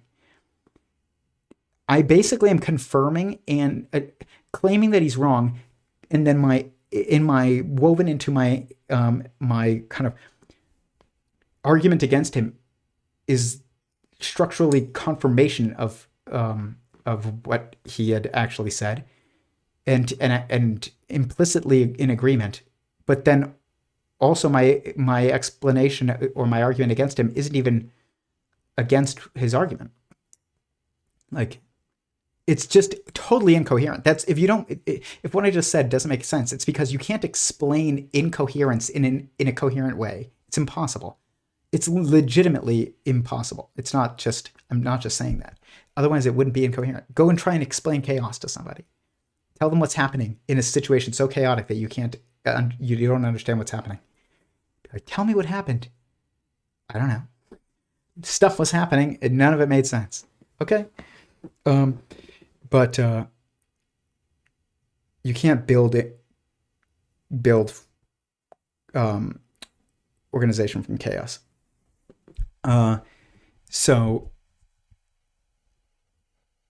But then he says something that I really think is so misguided. He says life is different from consciousness, and I'm going to change his word of consciousness to sentience, and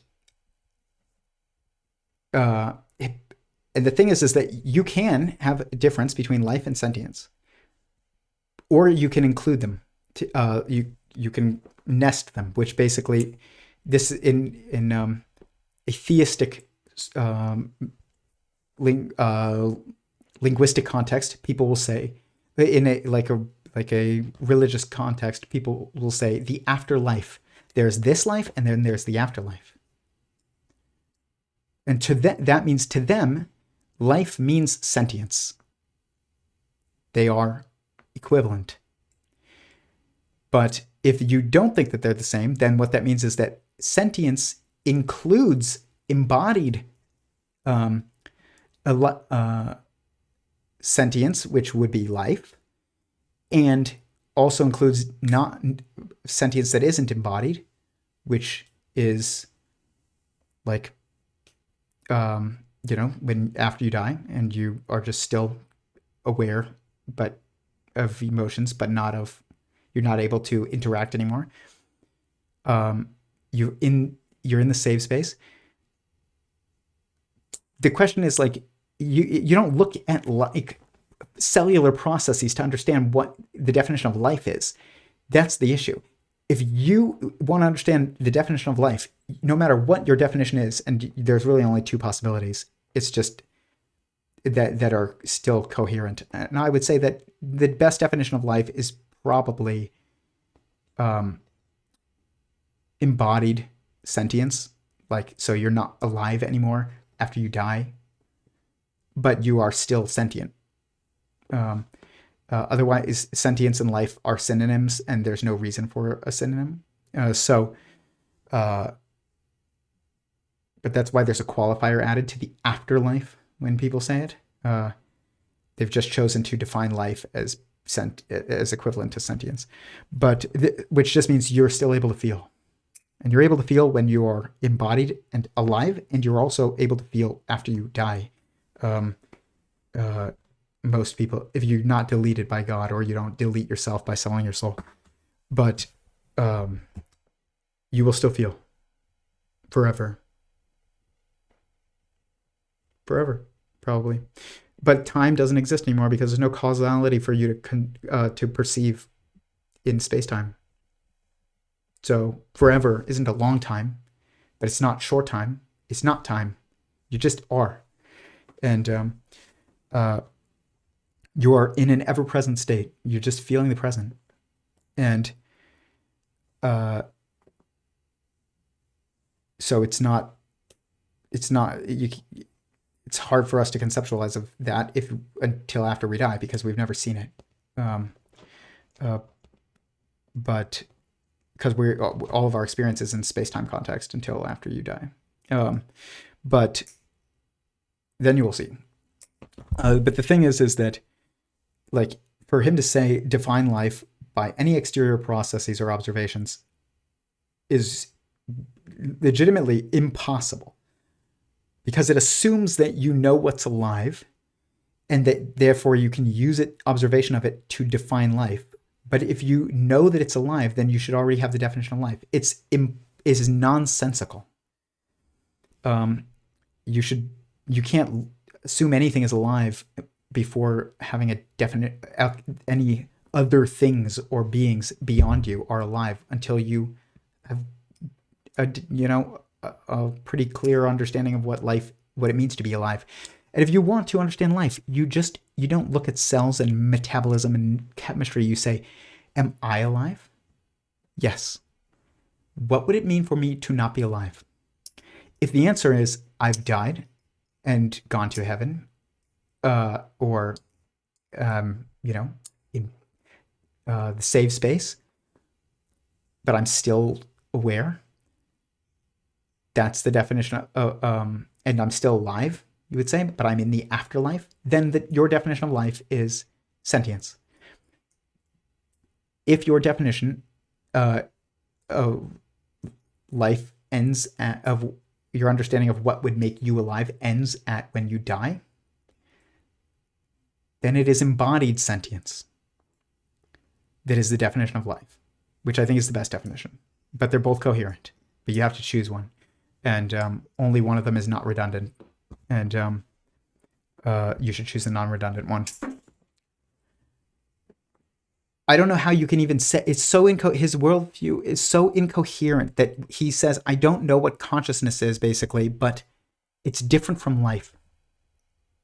And my reason for saying that is because we now know what life is, because the mystery, the sense that there was something additional required beyond the laws of nature, is no longer assumed. That's not even an explanation. It just is like an acknowledgement that people have stopped asking the question, and stopped assuming that it's a necessary thing. But if you know anything about evolution, biology, science, because you're actually interested in it, not just what you've been taught in school, but you actually study it yourself, you know that there is no scientifically known or testable or observable or replicatable explanation for even multicellular life to come from single cells, and or a single cell from molecules, or the existence of protons and neutrons themselves. You could say, oh, quarks. What the heck is a quark in your metaphysics? If the answer is I don't know, or the answer is a description of the properties of quarks, not an explanation for why they exist and why they have those properties, then maybe you should assume that there's something fundamental about your fundamental assumptions that is really wrong, especially if you've dedicated your career to figuring it out and you still haven't. That is such strong evidence that there's something that is kind of the first link in the chain that you are assuming is one way, and it's actually wrong. You should go back to the beginning. And I don't think I think he's right about his a couple things he said, because nobody's wrong. Broken clock is right at least twice a day. But I think that's what people say. It might be true. I haven't even actually thought about it. But that doesn't even mean that they're right for the right reasons. It just might mean they guessed right. And I think that's what's happened here. The only thing that he really, really, really, really, really gets right is the last statement, which I'm going to end on right here, because I want to end it on a positive thing, and I want to give him credit, which is